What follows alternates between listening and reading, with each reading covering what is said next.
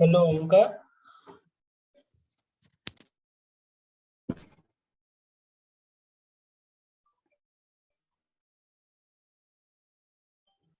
ओमकार, मैं audible to you?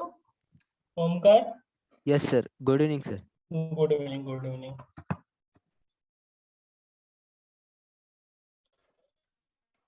Shall we start the class? Just I'm starting the class within a minute. Just wait, huh?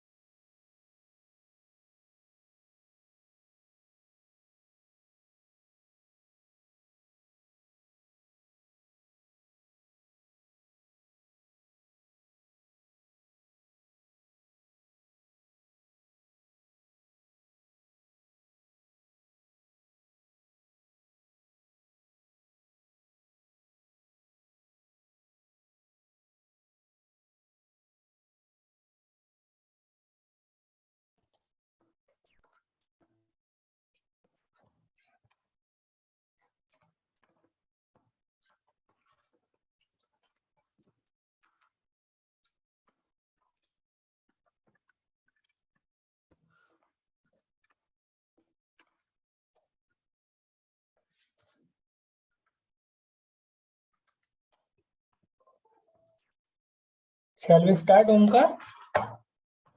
Yes, sir. Okay.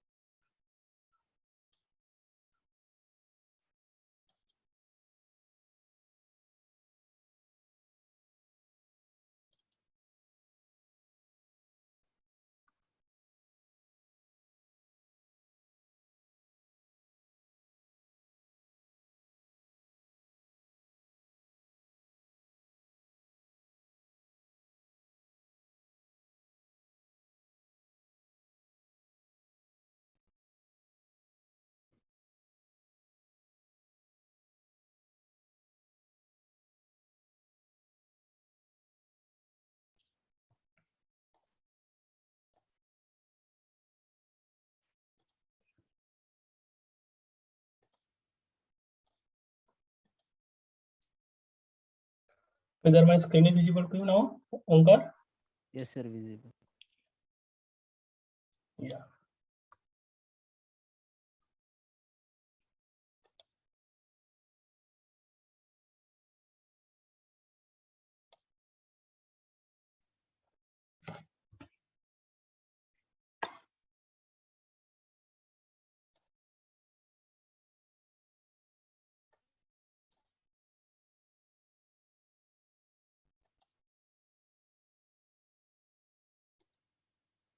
So let us start the class. Very good evening to all of you. This is me, Professor Punesh Kumar Temre, I welcome you all in this today's session where we will be discussing regarding the searching and sorting algorithms for the preparation of upcoming GATE examination. So particularly searching and sorting algorithms comes from the subject algorithms. So whenever you are preparing for the GATE examination and you have selected the subject C, data structure and algorithm, then what are the contents which you have to prepare? So at that time, particularly from C language, you have to go for the various concepts from programming language C you have to prepare. Then from data structure, you have to prepare the contents like arrays, linked lists, stacks, queues, trees, and hashing. And from algorithms, particularly you have to prepare analysis of algorithms, divide and conquer strategy, greedy methods, dynamic programming, sorting algorithms, graphs, and complexity classes. So particularly in today's class, we will be focusing upon the divide and conquer strategy where we have to study about the various searching and sorting algorithms. So how exactly divide and conquer strategy works? So particularly whenever we are going for divide and conquer strategy, so basically it consists of whenever we are going for the divide and conquer algorithms, so what are the topics which you have to prepare? The topics will be, we have to go for the preparation of divide and conquer basic strategy, binary search, quick sort, merge sort, and matrix operations. So generally these are the topics on which into the GATE examination questions are asked, and that's why the agenda for today's class is to study all these topics one by one. So here, very first we have to go for the working principle in divide and conquer strategy. So whenever we are talking about the divide and conquer strategy, at that time what we are doing, a big problem will be given to us, and that big problem will be divided into the smaller sub problems, and then we have to apply this procedure recursively. It's particularly what we have to do here. A big problem will be given to us. A big problem will be given to us in divide and conquer strategy. So what we have to do, very first we have to check, can we tackle the problem as a single homogeneous entity? कहने का मतलब है क्या इस problem को बिना divide किए आप सॉल्व कर सकते हो क्या? If you are capable of solving the problem without dividing it, then you can solve it. But if not, then we have to divide the problem into sub problems. So here will be sub problem 1 and here will be the sub problem 2. So in this way, 2 sub problems will be there. And after that, we have to individually solve this sub problem 1 and sub problem 2 in a recursive manner. The important recursive manner is a very important word. Then once again, for sub problem 1 and sub problem 2, we have to check, can we solve sub problem 1 without dividing it? If not, then we have to once again divide it. So suppose sub problem 1 1 and sub problem 1 2, in this way we have to divide. Same scenario will be applicable in sub problem 2 also. तो इस तरीके से अगर किसी problem को बिना divide किए अगर हम सॉल्व कर सकते हैं, हम बिना डिवाइड किए सॉल्व करने की कोशिश करेंगे. एंड इफ नॉट, तो जब तक के उस पर्टिकुलर प्रॉब्लम को हम सॉल्व करने लायक नहीं बनाते, तब तक हम डिवाइड करते जाएंगे. तो this is what the working principle in divide and conquer strategy. Then particularly this mechanism we have to apply in a recursive manner, and recursion stops when instance is reached which is too small to divide. यानी particularly अगर हम problem को solve कर सकते हैं या फिर divide करना फर्दर पॉसिबल नहीं है, तो in that scenario we have to stop. So when dividing the instance, one can either use whatever division comes most easily to hand, or invest time in making the division carefully so that assembly is simplified. तो particularly अगर divide कर रहे हैं तो उनको हमें assemble भी करना पड़ेगा. तो basically here we have to understand the control of section of divide and conquer strategy. तो कोई भी divide and conquer strategy से अगर हम algorithm बनाते हैं, तो उस algorithm का pseudo code या फिर blueprint जो रहेगा वो इस तरीके का रहेगा. जैसे कि आप यहाँ पे देख सकते हैं, मेरा algorithm है divide and conquer. तो एक प्रॉब्लम दिया है P, और उस P प्रॉब्लम के ऊपर मैं डिवाइड एंड कॉन्कर ये एल्गोरिथम अप्लाई कर रहा हूँ. मींस जस्ट लिसन, हम क्या बोल रहे हैं कि आपको एक प्रॉब्लम दिया हुआ है और इस प्रॉब्लम को आपने पास किया किसको, एक एल्गोरिदम को। एल्गोरिदम का नाम क्या है या फंक्शन का नाम क्या है, डिवाइड एंड कॉन्कर, इस तरीके से। तो जब कभी भी इस पर्टिकुलर प्रॉब्लम को डिवाइड एंड कॉन्कर ये फंक्शन कॉल करेगा, तो very first you have to check whether your problem is small, sufficient small, so that you can solve it, then return the solution for it. Getting it? But if it is not, then divide the problem p into smaller instances. अब smaller instances में अगर आप divide करेंगे तो problem को 2 part में divide करेंगे, 3 part में डिवाइड, 4 पार्ट में डिवाइड करेंगे, या कितने पार्ट में डिवाइड करेंगे, ये कौन बताएगा? तो इट डिपेंड्स ऑन यू, आपने एल्गोरिदम किस तरीके का बनाया।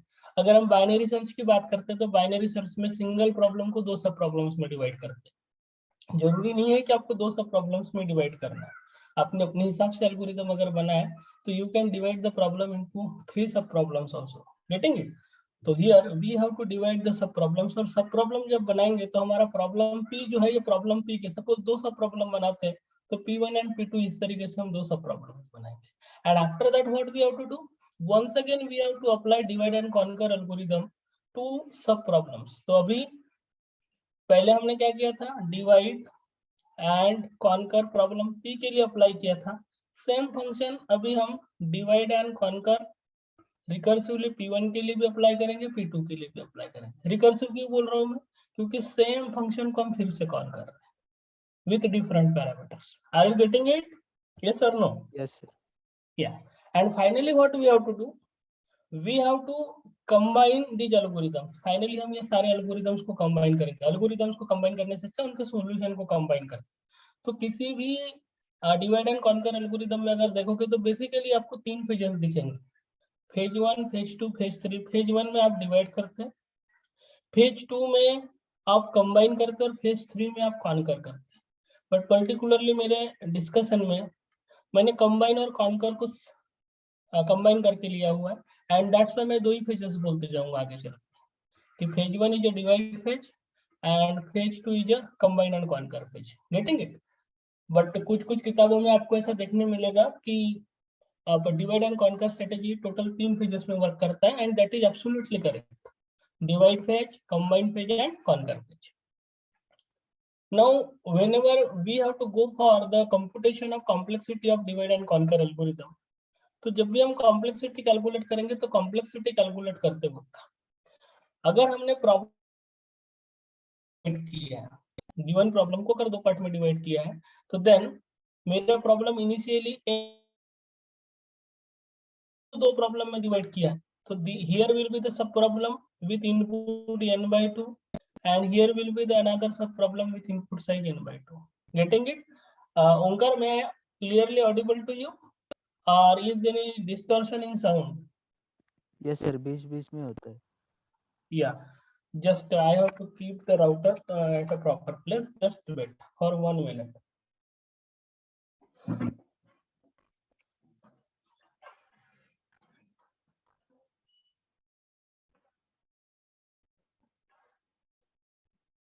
I think now clear sound will be there. May I audible clearly? Yes, sir. Yeah. So whenever we are applying the divide and conquer algorithm, at that time what will happen?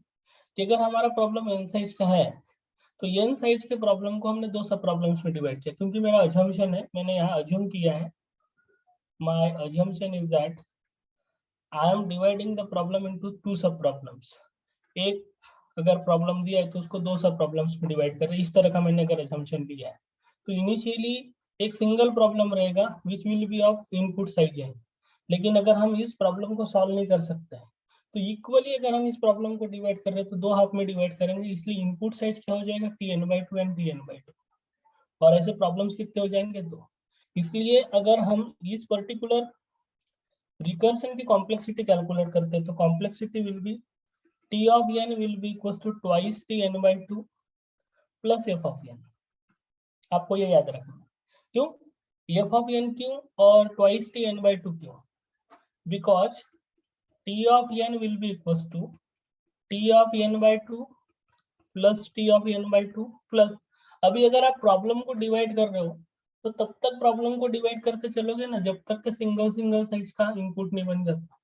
तो अगर आपके problem में n inputs अगर होंगे तो eight the and क्या होगा, आपके पास सिंगल साइज के ऐसे n प्रॉब्लम्स रहेंगे, गेटिंग इट। और n प्रॉब्लम को अगर आपको कॉन्कर करना है तो कॉन्कर करने के लिए कॉम्प्लेक्सिटी लगेंगे f of n, that's why here we have f of n। तो tn/2 plus tn/2, this is nothing but twice tn/2 and f of n, that's why f of n। इसलिए कभी भी divide and conquer algorithm अगर आपको दिया है तो उसकी कॉम्प्लेक्सिटी जब भी कैलकुलेट करेंगे तो कॉम्प्लेक्सिटी कैलकुलेट करते वक्त आपको t of n is equals to twice tn/2 plus f of n इस तरह का टर्म मिलेगा। And now t of n is equals to twice tn/2 plus f of n, इस रिकरेंस को अगर हम केयरफुली देखेंगे तो it looks like a logarithmic recurrence. क्यों? क्योंकि इस रिकर्सन का जनरल फॉर्मेट जो है वो atn/b plus f of n इसके साथ मिल रहा है। And this is what a general format of logarithmic recurrence, general format of logarithmic recurrence. तो do you know about logarithmic recurrence, yes और नो? No sir. हाँ, लॉगरिथमिक रिकरेंस के बारे में अगर आपको नहीं पता है तो आगे चल के मैं बताऊंगा। कोई भी रिकरेंस अगर दिया है तो वो रिकरेंस को लॉगरिथमिक रिकरेंस हम तब बोलते हैं जब रिकरेंस का फॉर्मेट इस तरीके का रहेगा, t of n is equal to atn/b plus f of n। ठीक है, और इस तरह के प्रॉब्लम्स भी मैं सॉल्व करूंगा, डोंट वरी।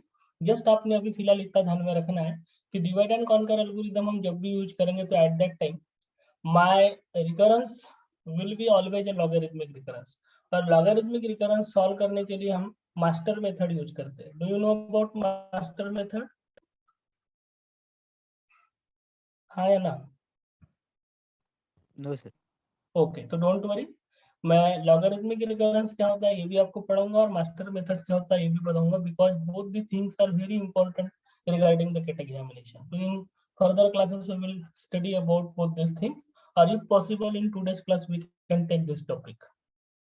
तो जब भी हम इस तरह के रिकरेंस की कॉम्प्लेक्सिटी कैलकुलेट करेंगे तो हमेशा ये वाला रिकरेंस जो होता है लॉगरिथमिक रिकरेंस रहेगा, और लॉगरिथमिक रिकरेंस का जनरल फॉर्मेट आपका इस तरीके का होता है। तो आप ये नोट डाउन करके रख सकते हैं Omkar, kindly note down the general format of logarithmic recurrence.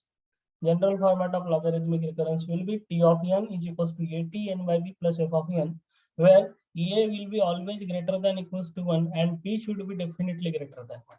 आप नोट डाउन कर रहे हैं क्या? हाँ या ना? हाँ सर। हाँ। हाँ, तो kindly note down it.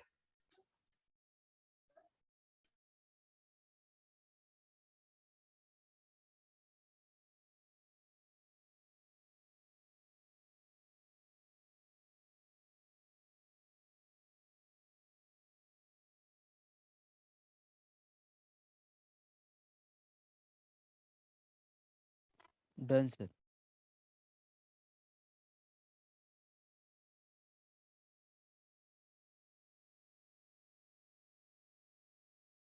Okay, now we have to go to next, where does we can use this divide and conquer algorithm? So particularly divide and conquer algorithm can be used in binary search, merge sort, quick sort, Strassen's matrix multiplication. All these are the applications of divide and conquer algorithm or a strategy. These are not the only applications. Apart from this, so many applications are there. But into the GATE examination, mostly questions are asked related to binary search, merge sort, quick sort, and Strassen's matrix multiplication. And therefore, we have to go for the understanding of all these algorithms। तो very first we have to go for binary search. तो do you know about binary search? अगर आपको पता होगा तो I will not go into the detail, because I think binary search आपको हुआ है।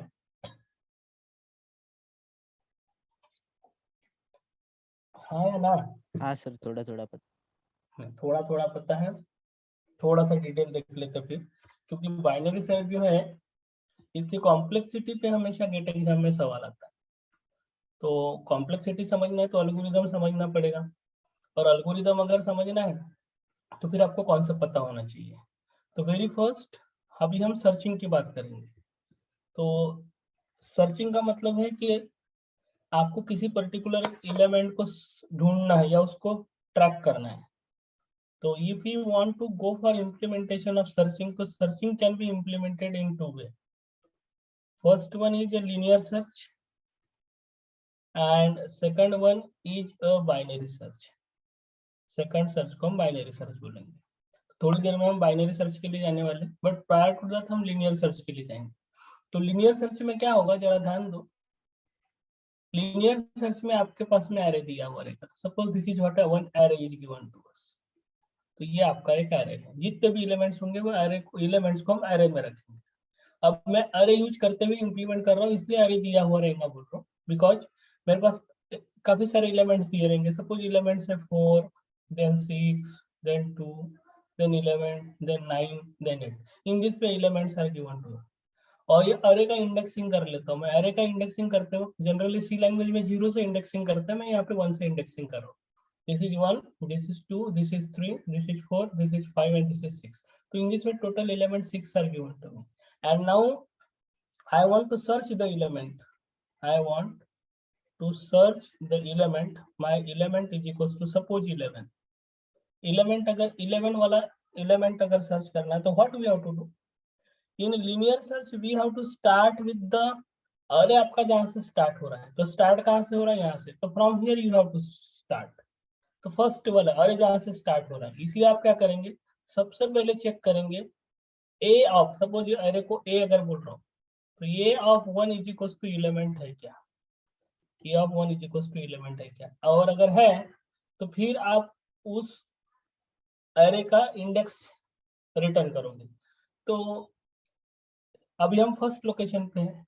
एलिमेंट कितना बेटा आपका 11. तो whether this 11 is equal to 4 है क्या, या 4 इज इक्वल टू 11 है क्या, नो. No, sir. तो then you have to go to next.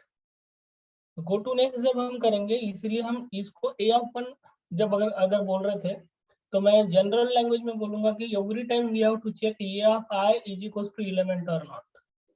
A of i is equal to element और नॉट. और अगर नहीं है तो बाद में हम आई प्लस प्लस करेंगे.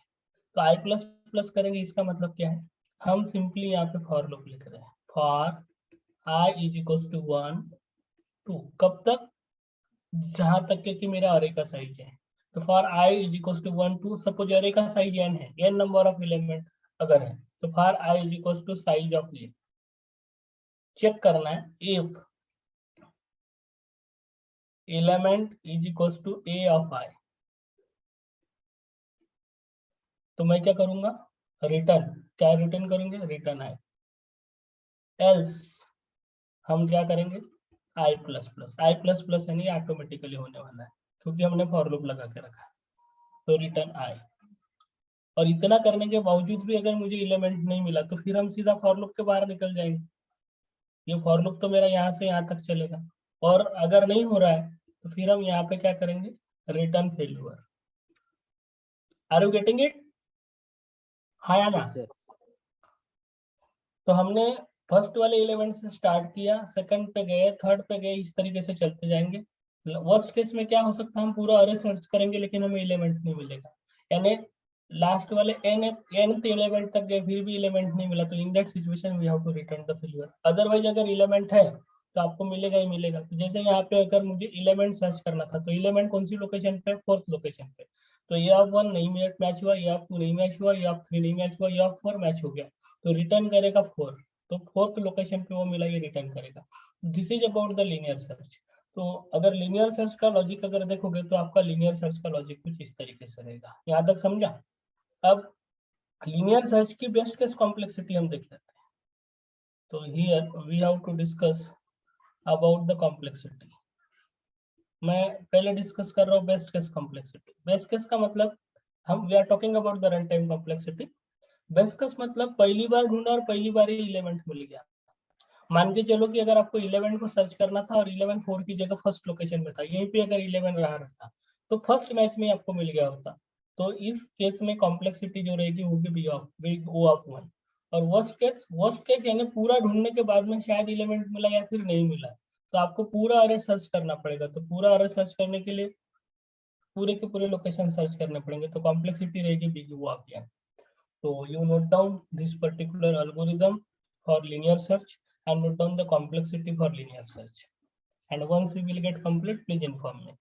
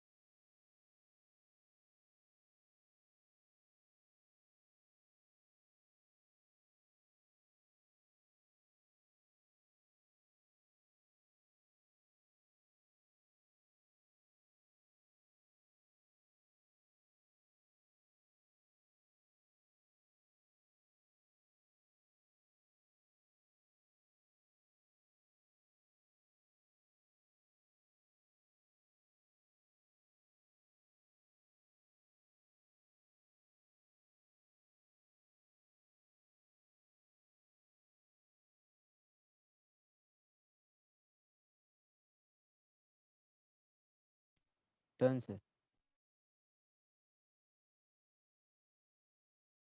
Okay, so this was about the linear search. Now we have to go for binary search. अभी binary search क्या होता है वो हम डिस्कस कर लेते हैं. तो just listen. Basically linear search जब हम परफॉर्म कर रहे थे तो लीनियर सर्च परफॉर्म करते हो आपके एलिमेंट अनसॉर्टेड रहेंगे तो भी चलता था. जैसे अभी आपने थोड़ी देर पहले नोट डाउन किया होगा तो आपका अरे आप चेक करो, आपके अरे में एलिमेंट जो थे वो रैंडम ऑर्डर पे थे, हाँ या ना? Yes, sir. जरूरी था क्या एलिमेंट सॉर्टेड होने चाहिए? नो, एलिमेंट सॉर्टेड होने चाहिए जरूरी नहीं था. लेकिन बाइनरी सर्च ऐसा सर्च है जिसमें हमेशा एलिमेंट जो है वो सॉर्टेड होने चाहिए, means data should be sorted. अगर डेटा सॉर्टेड नहीं है तो आप बाइनरी सर्च नहीं लगा सकते. तो data should be sorted, this is what the requirement.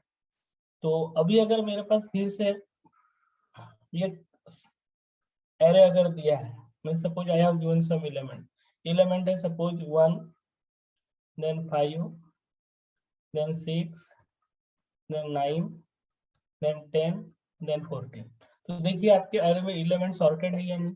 All the elements are in sorted manner. तो इसको इंडेक्सिंग कर देते हैं 1 2 3 4 5 एंड 6 इस तरीके से. तो बाइनरी सर्च क्या बोलता है, जिस भी एलिमेंट को सर्च करना है वो एलिमेंट सर्च करने से पहले आपको इस अरे का मिड निकालना पड़ेगा. तो सपोज मुझे जो एलिमेंट को सर्च करना है, suppose I want to search the element is equals to 14. बताइए तो बेटा 14 कहाँ पे, कौन से इंडेक्स पे? 6. 6 पे. तो आप गॉड है, आप भगवान है ओंकार, इसलिए आपको 14 दिख रहा है. वैसे आपका नाम भी ओंकार ही है. तो you are god, that's why you can see कि 14 कौन से इंडेक्स पे है. एक्चुअली जिसको सब दिखता है उसको भगवान बोलते हैं ना. हमको सब दिख रहा है इसलिए अभी मैंने आपको भगवान बोला, बट एल्गोरिदम को नहीं दिख रहा है 14 कौन सी लोकेशन पे है.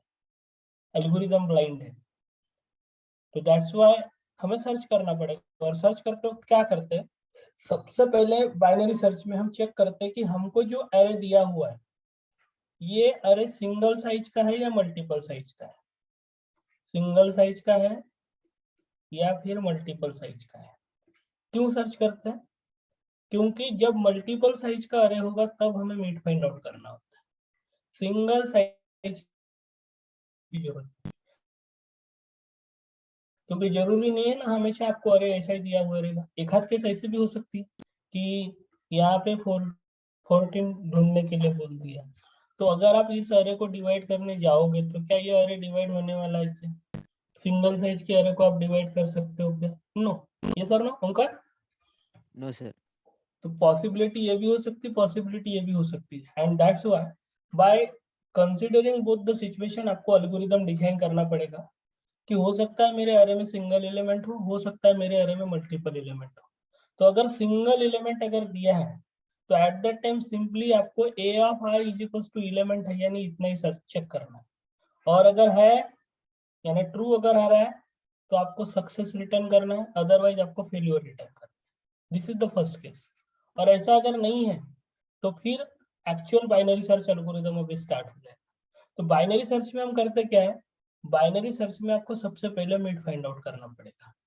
क्या फाइंड आउट करना पड़ेगा? मिड. यानी आपका जो अरे दिया है, आपका जो अरे दिया है ये अरे का मिड फाइंड आउट करना पड़ेगा. और अरे का जब भी मिड फाइंड आउट करोगे तो किस तरीके से मिड फाइंड आउट करेंगे ध्यान देंगे. अरे का मिड फाइंड आउट करते वक्त आपको आपका अरे स्टार्ट कहाँ से हो रहा है वो फाइंड आउट करना है. यू हैव टू चेक आपका अरे कहाँ से स्टार्ट हो रहा है. तो स्टार्ट कहाँ से हो रहा है? 1 से. और खत्म कहाँ पे हो रहा है? 6 पे. तो अरे का lowest boundary plus highest boundary divided by 2, इस तरीके से मिडल फाइंड आउट करना. तो ये क्या है 1 प्लस 6/2 कितना होगा? 7/2. 7/2 जब आप फाइंड आउट करेंगे तो आंसर कितना आता है? 3.5.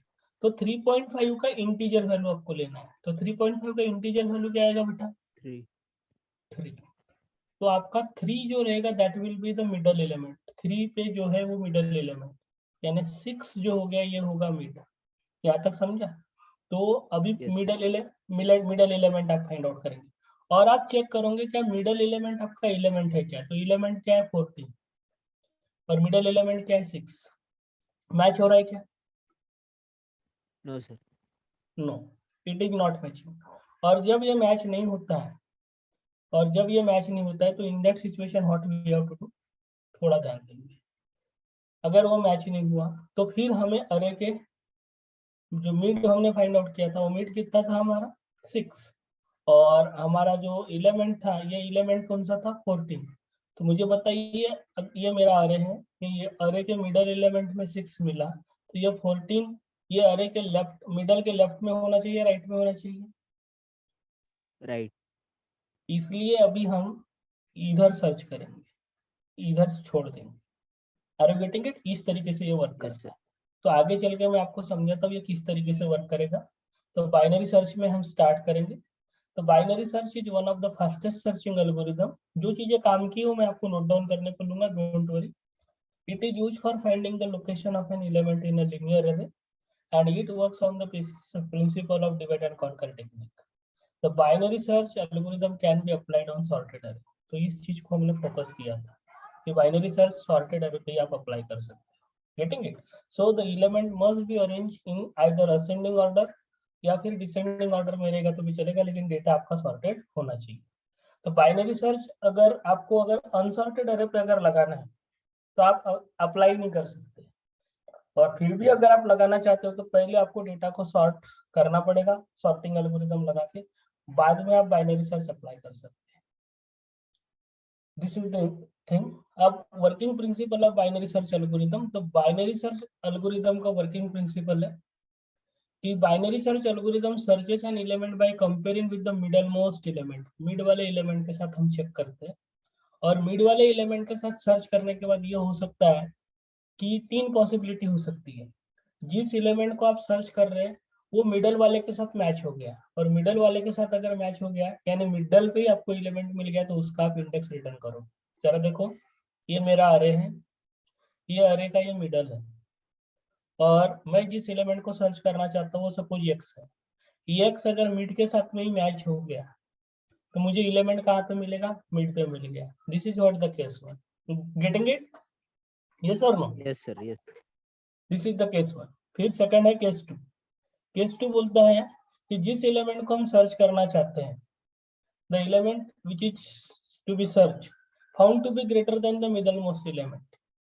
तो जिस एलिमेंट को सर्च करना चाहते हैं वो मिडल मोस्ट एलिमेंट से अगर ग्रेटर है, यानी ये अगर आपका मिड है, ये मिड से आपका एलिमेंट ग्रेटर है, तो एलिमेंट अगर ग्रेटर है, सपोज एलिमेंट ये है, तो ग्रेटर एलिमेंट है तो ये इस एक्स के लेफ्ट में रहेगा या राइट में रहेगा? राइट। राइट में। तो therefore in that situation you have to go for the right sub array, इसलिए हमने यहाँ पे लिख के रखा है राइट सब अरे। और थर्ड केस जो होता है वो होता है if element being search is found to be smaller than the middle most element, तो फिर आपको किधर जाने का? लेफ्ट में जाना पड़ेगा। Therefore you have to go for the left sub array. Getting it? Yes sir. हाँ, नोट करना है इसको आपको। स्क्रीनशॉट ले ले।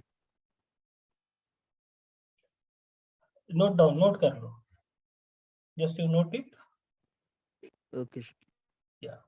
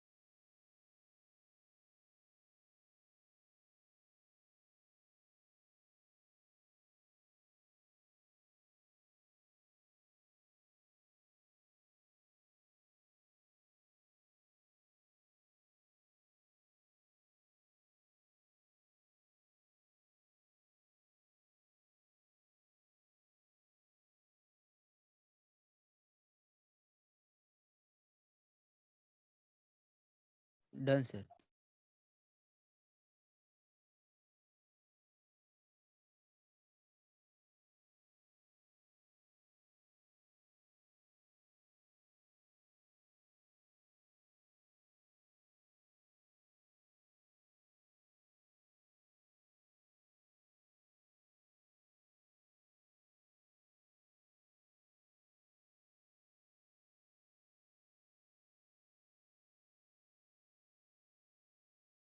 हेलो।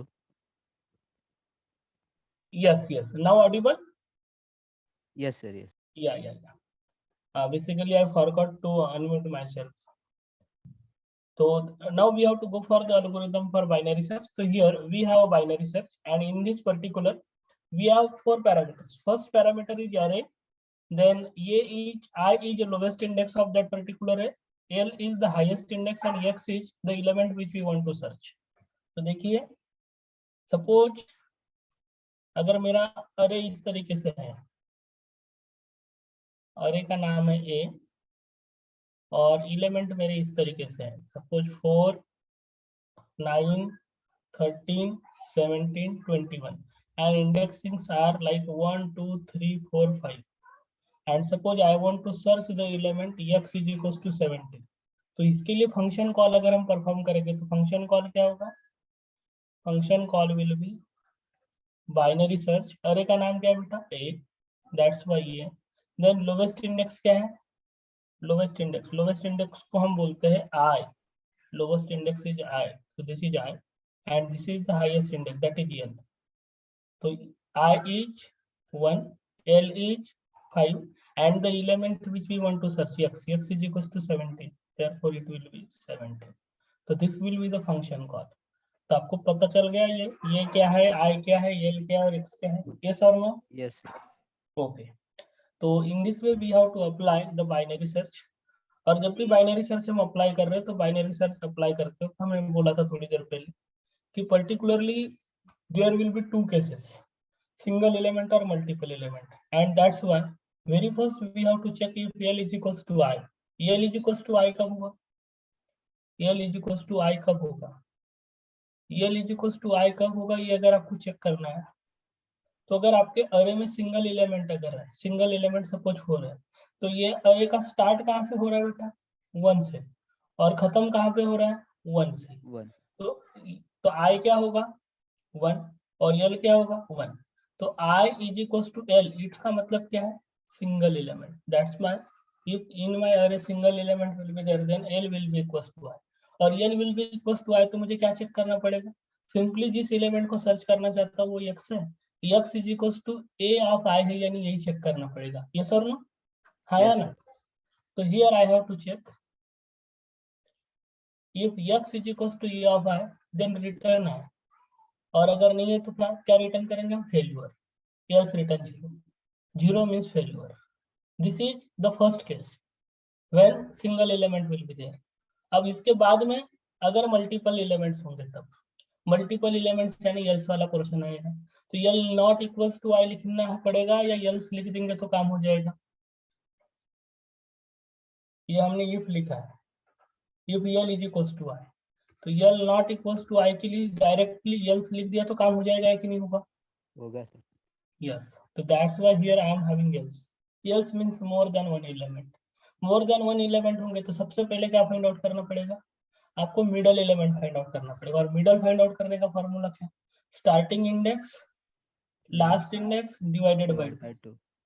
तो here we have to find out the mid. I plus L is equals to 2. Divide the array from the middle. अब array को मिडल से डिवाइड करने के बाद सबसे पहले क्या करेंगे? जिस एलिमेंट को सर्च करना है वो ए ऑफ मिड है या नहीं ये चेक करेंगे. यस और no? Yes sir. So that's why X is equals to, if X is equals to A of mid then return mid. और ऐसा अगर नहीं है तो अभी क्या होगा? नहीं तो राइट में ढूंढना पड़ेगा, होगा नहीं तो लेफ्ट में होगा. यस और नो? तो इसलिए अभी अगर ऐसा नहीं है यानी एल्स में अभी इफ स्टेटमेंट है. If X is less than A of mid, X is less than A of mid, इसका मतलब आपको राइट में सर्च करना पड़ेगा. यस और नो? Yes sir. यस. तो therefore you have to go to right sub array. Right sub अरे यानी कौन सा? देखो, ये अगर आपका मिड है तो आपका राइट से अगर यहाँ से यहाँ तक रहेगा, यानी स्टार्ट कहाँ से होगा, मिड प्लस 1 से लेके मिड। खत्म कहाँ पे होगा, एल पे। तो इस पर्टिकुलर अरे के ऊपर में अभी आपको बाइनरी सर्च अप्लाई करना है, इसलिए फंक्शन कॉल यही रहेगा बाइनरी सर्च, सिर्फ अरे का नाम भी वही रहेगा, आई अभी आपका चेंज हो जाएगा, आई क्या रहेगा बेटा, मिड प्लस 1। मिड। तो मिड प्लस 1, क्योंकि मिड को सर्च कर लिए ना हमने, ये सर ना, हाँ सर, यस सर। यस। और यल क्या होगा आपका, यल ही रहेगा, और एक्स आपका एक्स ही रहेगा, इसलिए यहाँ पे बाइनरी सर्च फंक्शन कॉल जो रहेगा, वहां पे अगर आप देखोगे तो if x is less then e of mid, x is, यहाँ मैं लेस देन वाली कंडीशन यूज कर रहा हूँ, x is less then e of mid, क्योंकि x यानी वो वाला एलिमेंट है जिसको सर्च करना चाहता हूँ, तो मुझे लेफ्ट हैंड साइड में जाना पड़ेगा, लेफ्ट हैंड साइड का अरे कहाँ से कहाँ तक रहेगा, आई से मिड माइनस 1 तक, और ऐसा नहीं है कि मुझे राइट हैंड साइड में जाना पड़ेगा, तो राइट हैंड साइड का अरे कहाँ से रहेगा, मिड प्लस 1 से लेके एफ तक, are you getting it. Yes sir. तो just simply note down it, इसको नोट करके रखना।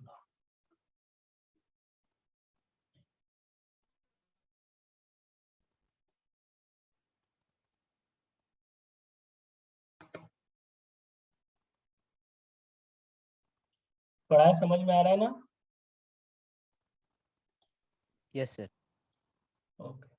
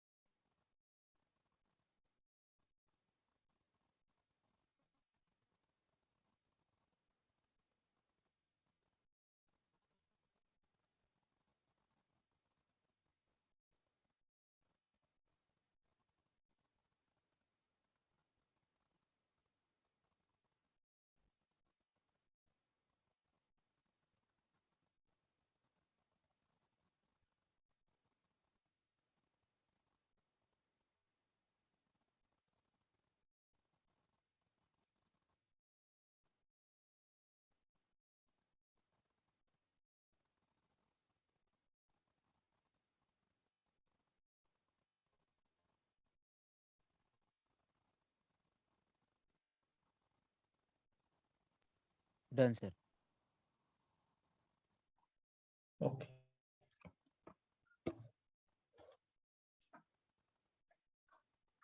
Now we have to go for example of binary search, इसमें फंक्शन कॉल कैसे आएंगे वो हम समझ लेते हैं। तो मैंने यहाँ पे एक अरे लिया है, आप देख सकते हैं अरे ये, और इस पर्टिकुलर अरे में मुझे कोई एक एलिमेंट सर्च करना है, तो सपोज हमें एक एलिमेंट सर्च करना है, दैट एलिमेंट में लास्ट वाला एलिमेंट ले लेता हूँ, लास्ट वाला एलिमेंट यानी है x इज इक्वल टू 49, मुझे जिस पर्टिकुलर एलिमेंट को सर्च करना है, suppose that element is x is equal to 49, तो सबसे पहला फंक्शन कॉल जो लगेगा that will be binary search array का नाम है ए, कॉमा स्टार्टिंग इंडेक्स है 1, लास्ट इंडेक्स है इसका 7, एक्स जिस एलिमेंट को सर्च करना है दैट इज 49। समझा ये फंक्शन कॉल Yes, sir. है ना? अब इस फंक्शन कॉल के हिसाब से जब हम एग्जीक्यूशन स्टार्ट करेंगे तो पहले एल इज इक्वल टू आई, ये कंडीशन ट्रू होगी या फॉल्स होगी? False. ये कंडीशन फॉल्स होगी, यानी मल्टीपल एलिमेंट के लिए सीधा एल्स में आएगा। तो अभी वो यहाँ आएगा, यहाँ आते बराबर पहले क्या करेगा, मिड फाइंड आउट करेगा, यस और नो? Yes, sir. इसलिए अभी सबसे पहले हम मिड फाइंड आउट करेंगे। तो here we have to go for computation of mid. Mid जब हम फाइंड आउट करेंगे तो मिड क्या होगा, 1 + 7/2 that will be equal to 4। 4 पे मेरा मिड है, यानी ये मेरा मिड होगा। यहाँ तक समझा? Yes, sir. तो अभी नेक्स्ट चेक करेगा x is equal to A of mid है या नहीं। x क्या है, x is equal to A of mid है यानी ये चेक करेगा। x की वैल्यू क्या है 49 और ए ऑफ मिड यानी ए ऑफ 4, ए ऑफ 4 कितना बेटा 21। 21. कंडीशन ट्रू है या फॉल्स है? False, sir. फॉल्स है। और ये कंडीशन अगर फॉल्स होगा तो अभी चेक करेगा वो x और ए ऑफ मिड के बीच का रिलेशन क्या है। तो x is less then A of mid, x is less then A of mid, ये कंडीशन। तो x क्या है 49 और ए ऑफ मिड क्या है 21। तो 49 बड़ा है तो लेफ्ट में रहेगा या राइट में रहेगा? Right. राइट में रहेगा, इसलिए वो राइट सब अरे को लेगा। तो राइट सब अरे कहाँ से कहाँ तक होगा, यहाँ से लेके यहाँ तक। Got it? Yes, sir. इसलिए अभी हम यहाँ बोलेंगे गो टू राइट सब अरे। तो अभी आप राइट सब अरे को जाएंगे। राइट सब अरे के लिए अगर आप चाहते हैं तो राइट सब अरे यानी यहाँ पे आप फंक्शन कॉल अप्लाई करेंगे बाइनरी सर्च। देखो right sub array right side के लिए कहाँ से कहाँ तक आएगा, ये वाला ए मिड +1 LX, ए मिड +1, मिड कितना निकाला था बेटा 4, तो ये हो जाएगा 5, कॉमा एल, एल बोले तो लास्ट इंडेक्स यानी 7 और जिस एलिमेंट को सर्च करना है वो 14। Got it? Yes, sir. तो देखो पहले आपका पूरा अरे था, पहले आपका अरे ये इतना था, लेकिन अभी आपका अरे कितना, इतना ही है। तो अभी इसके ऊपर लगाओ, और इसके ऊपर जब लगाएंगे तो सिंगल साइज का अरे है क्या, नहीं है। तो अभी ये आपका यहाँ तक के फर्स्ट फंक्शन कॉल हो गया। अभी यहाँ से सेकंड फंक्शन कॉल रहेगा और सेकंड फंक्शन कॉल में फिर से आपका फाइंड आउट करेंगे, मिड फाइंड आउट करेंगे। तो आप मिड फाइंड आउट करेंगे तो मिड क्या होगा, मिड होगा 5 + 7/2, 7 5 12/2 बोले तो 6। तो अभी मिड हो जाएगा आपका ये। और अभी आप क्या सर्च करोगे फिर से, x इज इक्वल टू ये ऑफ मिड है क्या नहीं। x क्या है बेटा आपका 49 14. और ये ऑफ मिड क्या है 36। ट्रू है या फॉल्स है? फॉल्स। तो फिर आप क्या करोगे, नेक्स्ट कंडीशन चेक करोगे, x इज लेस देन ये ऑफ मिड है या नहीं। x की वैल्यू क्या है 49 और ये ऑफ मिड की वैल्यू क्या है 36। कंडीशन ट्रू है, ट्रू है, यानी जो 49 है वो अभी भी 36 से बड़ा है। तो आप किधर जाएंगे, राइट में, यस और नो? Yes, sir. तो आप जाएंगे गो टू राइट सब अरे। गो टू राइट सब अरे अगर जाते हैं तो राइट सब अरे जाने के बाद अभी यहाँ पे एक नया फंक्शन कॉल आप कॉल करेंगे। कौन सा रहेगा वो, बाइनरी सर्च। कहाँ से कहाँ तक, अब ये बाइनरी सर्च रहेगा और ये स्टार्टिंग इंडेक्स क्या है आपका आर, आर बोले तो राइट सब अरे बोले तो मिड +1, मिड +1 बोले तो 6 था तो 6 + 1 7, लास्ट इंडेक्स क्या होगा 7 और जिस एलिमेंट को सर्च करना है वो क्या होगा 49। अब ये वाला जब फंक्शन कॉल परफॉर्म करोगे तो यहाँ पे अरे आपका सिंगल साइज का या मल्टीपल साइज का है, Single. सिंगल। तो ये सिंगल साइज का अरे रहेगा। तो यहाँ पे लास्ट में आपके पास सिंगल साइज का है तो आपको ये वाला कोड एग्जीक्यूट करना पड़ेगा। सिंगल साइज में चेक करो x is equal to e है क्या, Yes, sir. x is equal to e है, x is equal to e है तो रिटर्न क्या करेगा i। तो what it will return, it will return 7, ये सब ना। 7. अब अगर अभी बाइनरी सर्च की बात अगर करते हो तो ये बाइनरी सर्च ने रिकर्सिवली इस बाइनरी सर्च को कॉल किया था और इस बाइनरी सर्च ने रिकर्सिवली इसको कॉल किया था। तो ये रिटर्न कितना करेगा 7, तो अभी आपका 7 कौन किसको रिटर्न करेगा, ये वाला रिटर्न करेगा इसको 7, और फिर ये इसको करेगा रिटर्न 7, तो इसका आंसर क्या रहेगा 7, यानी element found at 7th location, element found at 7th location, ऐसा इसका मतलब हो गया। You got it? Yes, sir. समझा अभी बाइनरी सर्च कैसे वर्क करता है? Yes, sir. ओके, आगे चले। Yes, sir. इसका स्क्रीनशॉट लेना हो तो ले लो। Done. Sir. Okay, now we have to go to next, complexity of binary search. अब बाइनरी सर्च की कॉम्प्लेक्सिटी हमको निकालना है, तो बाइनरी सर्च की कॉम्प्लेक्सिटी कैसे कैलकुलेट करें? तो बाइनरी सर्च की कॉम्प्लेक्सिटी अगर कैलकुलेट करते हैं तो देखो, इन ईच इटरेशन और in each recursive call search get the reduce to the half of the array, बराबर है, हर बार अरे हमारा आधा आधा हो रहा था। अगर आपको देखना है तो आपको यहाँ से समझ में आ जाएगा। यहाँ पे अरे का साइज जो था, यहाँ पे अरे का साइज जो था ये 7 था पहले इसके लिए, फर्स्ट वाले के लिए यहाँ पे अरे का साइज जो था ये 7 साइज का था, लेकिन सेकंड साइज के लिए अरे का साइज 3 का था, और यहाँ पे अरे का साइज 1 का था। तो 7 का आधा 3 हो गया लगभग, और 3 का आधा 1 हो गया, हाँ या ना? Yes, sir. तो हर इटरेशन में लगभग आधे से वो प्रॉब्लम को रिड्यूस करता है, एंड दैट्स व्हाई हमने बोला इन ईच इटरेशन और in each recursive call the search get reduce to half of the array. So for n elements in the array, there are log2 iterations or recursive call. n elements अगर है तो आप देखो, generally अगर आपके पास 5 होगा तो 5 का आधा 2 करो, 2 का आधा 1। ये आपको कैसे पता चला? इतने ही लगेंगे, इससे ज्यादा तो कुछ कर ही नहीं सकते। बेसिकली n साइज का अगर आपके पास अरे अगर दिया है, तो n साइज के अरे को हर बार आधा आधा अगर करोगे ना, तो ज्यादा से ज्यादा log2 ऑफ n इतने ही आपको ऑपरेशंस परफॉर्म करने पड़ेंगे। तो उसमें आप डायरेक्टली किसी भी n को 1 तक के ला सकते हो। मैं क्या बोल रहा हूँ समझ में आ रहा है? n को अगर आधा आधा करते हुए 1 तक के अगर लाना है, तो कितनी बार ऐसे आपको कट करना पड़ेगा? log2 of n times. इतना अगर आप कर दोगे तो वो 1 हो जाएगा। समझ में आया? Yes, sir. And therefore binary search की अगर हम बात करते हैं, तो यहाँ पे बाइनरी सर्च में आपको n साइज का अरे अगर दिया है, तो n साइज के एलिमेंट्स को 1 अगर करना है तो ज्यादा से ज्यादा log2 n इटरेशंस लगने वाले हैं। And therefore complexity of binary search जो रहेगा वो रहेगा big O of log2 of n।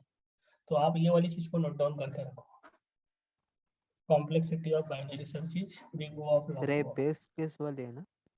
नहीं नहीं, बाइनरी सर्च में बेस्ट केस की अगर हम बात करेंगे, तो बाइनरी सर्च में बेस्ट केस क्या होगी? आपने मिडल वाला फर्स्ट एलिमेंट फाइंड आउट किया और उसी में आपको डेटा मिला। आई इनटू से जैसे अभी हमने यहाँ पे प्रॉब्लम सॉल्व किया था, तो यहाँ पे फर्स्ट टाइम मिड किसको बनाया था? हमने इसको बनाया था, और शायद यही मेरा एलिमेंट अगर रहा होता, तो that is what called the best case. तो बाइनरी सर्च की best case Order complexity of रहेगी 1. हमेशा बिग O ऑफ 1। हाँ, बिग O ऑफ 1, यस। लेकिन अगर वर्स्ट केस कॉम्प्लेक्सिटी की बात करेंगे, तो वर्स्ट केस कॉम्प्लेक्सिटी होगा आपका log2 ऑफ। तो best case complexity will be big O of 1, और वर्स्ट केस की बात अगर आप करेंगे तो big O of log2 of n। Got it? Yes, sir. अब आप लीनियर सर्च, हमने 2 एल्गोरिदम देखे थे सर, ध्यान देंगे थोड़ा सा। हमने बोला था कि एक लीनियर सर्च हमारे पास रहेगा और एक हमारे पास बाइनरी सर्च रहेगा। तो अगर आप लीनियर सर्च इंप्लीमेंट करते हो, तो लीनियर सर्च में बेस्ट केस की कॉम्प्लेक्सिटी जो रहेगी वो बिग O ऑफ 1 थी। In binary search also it will B big O of 1। लेकिन अगर हम वर्स्ट केस कॉम्प्लेक्सिटी की बात करते हैं, तो worst case complexity in linear search was big O of n, जबकि यहाँ पे ये वाली वैल्यू जो रहेगी वो big O of log2 of n इतनी रहेगी। You got it? Yes, sir. तो बिग O ऑफ n से कभी भी log2 ऑफ n बेटर होता है, and that's why the binary search algorithm is good as compared to linear search is concerned. Clear यहाँ तक? Yes, sir. Okay, now we have to go to merge sort. तो पहला linear search और binary search आपको समझ गया? हाँ, sir. Okay, now we have to go to merge sort. अभी मर्ज सॉर्ट क्या होता है? अभी सर्चिंग तो हमने समझ लिया कि अभी थोड़ी देर पहले हमने डिस्कस किया कि सर्चिंग दो तरीके से हो सकती है, तो लिनियर सर्च और बाइनरी सर्च। और इस पर्टिकुलर टॉपिक पे गेट एग्जाम में आपको सवाल कैसा पूछा जा सकता है वो बता रहा हूँ मैं। इस पर्टिकुलर टॉपिक पे गेट एग्जाम में आपको सवाल पूछा जा सकता है कॉम्प्लेक्सिटी क्या रहेगी करके। तो बाइनरी सर्च की वर्स्ट केस कॉम्प्लेक्सिटी क्या होगी बेटा? log 2n, और लीनियर सर्च की worst case complexity order of n. order of n. Very good. Now we have to go for the merge sort. This is what once again another principle of divide and conquer strategy. तो merge sort basically दो phase में work करेगा, एक तो divide phase और दूसरा conquer phase. तो first phase जो रहेगा that is a divide phase. Divide phase में हम क्या करेंगे, जब तक हम प्रॉब्लम को सॉल्व कर सकते हैं, इतने साइज का प्रॉब्लम जब तक नहीं बनता तब तक के हम प्रॉब्लम को डिवाइड करते जाए। और यही तो बेसिक कॉन्सेप्ट है डिवाइड एंड कॉन्कर एल्गोरिथम का। जब तक प्रॉब्लम सॉल्व करने लायक नहीं बन जाता तब तक के डिवाइड करते चलो। तो divide the unsorted list into n सब list each containing one element. तो प्रॉब्लम सॉल्व करने लायक यानी कब बनेगा, जब हमारे अरे में सिंगल एलिमेंट बनेगा। यानी अगर आपको कोई अरे दिया है तो वो वाले अरे को तब तक डिवाइड करते चलो जब तक के सिंगल साइज का अरे नहीं बन जाता। This is not the phase one. और फेज टू जो होता है this is what called as a conquer phase. तो कॉन्कर फेज में हम क्या करते हैं, दो जो लिस्ट रहेंगे दो लिस्ट को हम जोड़ते हैं, this is what called as a conquer phase. और कॉन्कर जब भी हम परफॉर्म करेंगे तो at that time automatically list जो बनेगा that will be the sorted list. तो बेसिकली मर्ज सॉर्ट को हम कंपैरिजन बेस्ड सॉर्टिंग एल्गोरिथम बोलते हैं। Please note it. हाँ, कंपैरिजन बेस्ड सॉर्टिंग एल्गोरिथम बोलते हैं। मेनी टाइम ऐसा क्वेश्चन आता है गेट एग्जाम में कि कंपैरिजन बेस्ड सॉर्टिंग एल्गोरिथम एक साइड दिया रहता है और दूसरी साइड मर्ज सॉर्ट लिखा हुआ रहता है और पेयर बनाने के लिए बोला जाता है। तो एट दैट टाइम आपको पता होना चाहिए कि मर्ज सॉर्ट जो है वो कंपैरिजन बेस्ड सॉर्टिंग एल्गोरिथम है। एंड ये वाला एल्गोरिथम जो है ये स्टेबल सॉर्ट भी है। और मर्ज सॉर्ट एल्गोरिथम जिन्होंने इन्वेंट किया था उनका नाम था John von Neumann in 1945। Basically, a detailed description and analysis of bottom-up merge sort appear in the report Goldstein and von Neumann as early of 1948। तो पहले इसको वो जॉन वैन न्यूमैन ने दिया था, लेकिन उसका detail description bottom up fashion में फिर गोल्डस्टाइन ने बनाया था and that was given in 1948। तो गेट एग्जाम के पॉइंट ऑफ व्यू से आपको कंपैरिजन बेस्ड सॉर्ट है इतना याद रखना है, और जॉन वैन न्यूमैन ने 1945 में दिया था ये याद रखना है। Then now we have to go for the algorithm। Merge sort का एल्गोरिथम क्या है? तो बेसिकली मर्ज सॉर्ट का एल्गोरिथम है मर्ज सॉर्ट ये पी आर। अब मर्ज सॉर्ट ये पी आर का मतलब क्या है? तो ये देखो मेरे पास एक एरे दिया हुआ है, एरे का नाम है ये, और सपोज एरे में एलिमेंट इस तरीके से 4 7 13 1 एंड 11। अरे सॉर्टेड है क्या? No, नहीं sir. है। अब मुझे सॉर्ट करना है, और सॉर्ट करने के लिए मैं यहाँ पे फंक्शन कॉल अप्लाई कर रहा हूँ merge sort.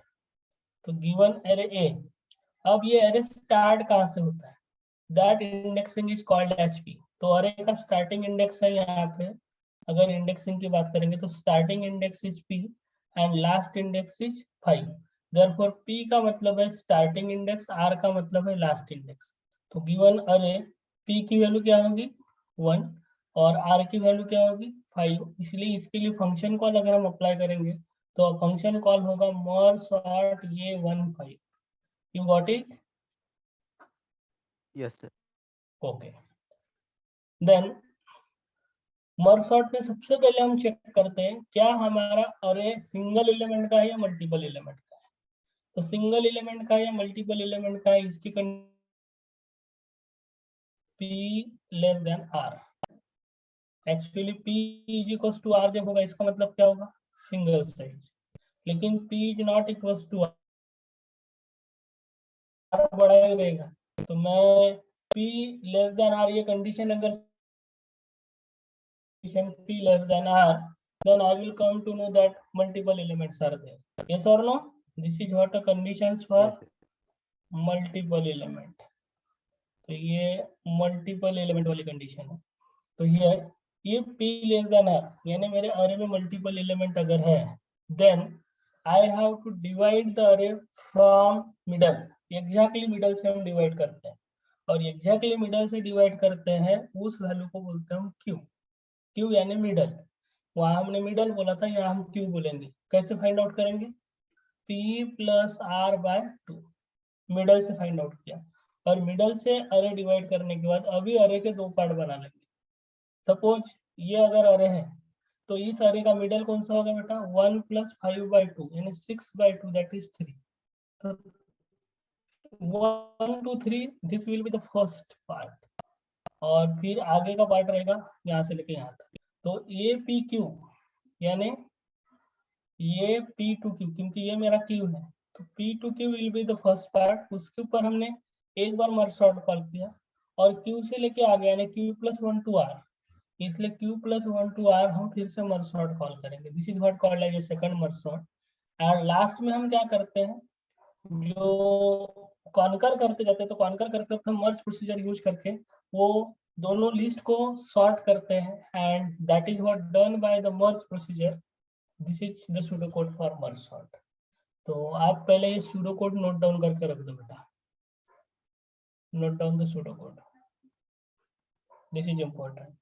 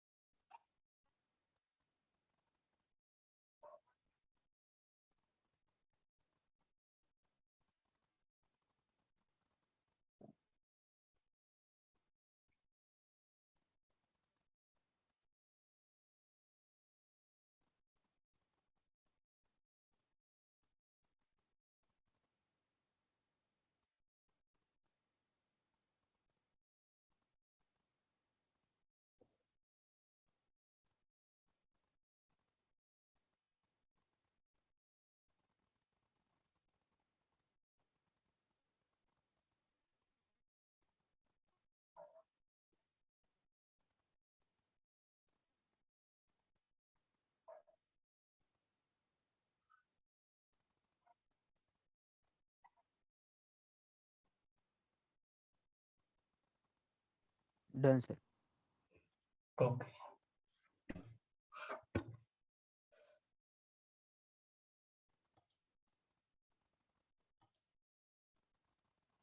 Then merge procedure है। मर्ज प्रोसीजर का काम होता है कि दो अरेज को मर्ज करना, दो अरेज को मर्ज करना। ये इस पे डिटेल में आपको सवाल नहीं पूछा जाता है, दैट्स व्हाई मैं इस चीज को नहीं पढ़ा रहा हूँ, बट ये चीज वर्क कैसे करती है वो मैं आपको समझाता हूँ, जरा ध्यान दो। बेसिकली मेरा एक अरे दिया हुआ है, ये दो लिस्ट है ऐसा समझो, और इनको जोड़ना है। यहाँ पे तीन एलिमेंट है, 1 2 3, और यहाँ पे भी तीन एलिमेंट है, सपोज 1 2 3। तो ये दोनों लिस्ट को अगर जोड़ना है और एक अरे अगर बनाना है, इसको अगर मैं लेफ्ट सब अरे बोल रहा हूँ और इसको मैं राइट सब अरे बोल रहा हूँ, ये ऑलरेडी सॉर्टेड रहेंगे, हाँ, क्योंकि सिंगल सिंगल एलिमेंट को जोड़ेंगे तो फिर डबल एलिमेंट की लिस्ट मिलेंगी, या फिर कोई दो और एक सिंगल एलिमेंट की लिस्ट जोड़ेंगे तो फिर वो डबल मिलेगी। तो हमेशा लेफ्ट सब अरे और राइट सब अरे हमेशा सॉर्टेड ऑर्डर में ही रहेगा। तो सपोज ये 4 है, ये 7 है, और ये 11 है, तो ये सॉर्टेड रहेगा। और ये हो सकता है 5 है, ये 6 है, और ये 14 है, तो ये भी सॉर्टेड है। तो this is already in sorted order, this is already in sorted order.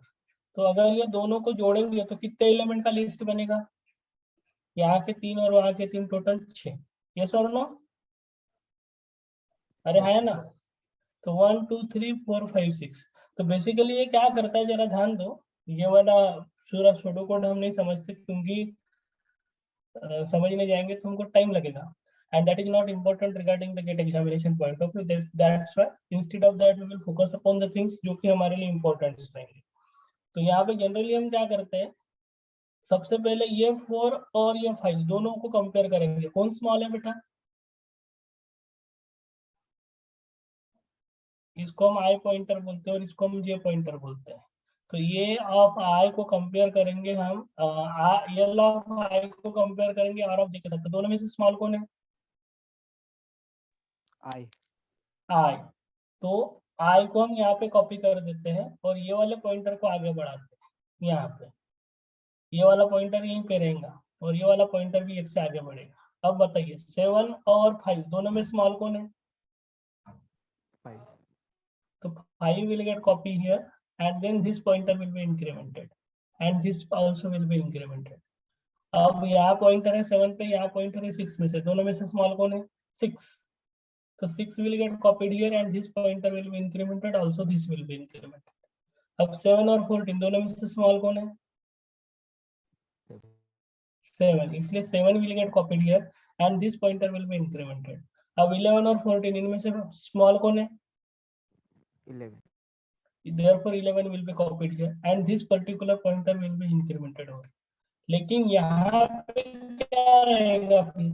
तो यहाँ पे हम एक सेनिटल वैल्यू सेट करते हैं जिसको बोलते हैं इंफिनिटी। तो इसलिए ये सेनिटल वैल्यू का कॉन्सेप्ट हम यूज करते हैं। Sentinel value, this is what a sentinel value,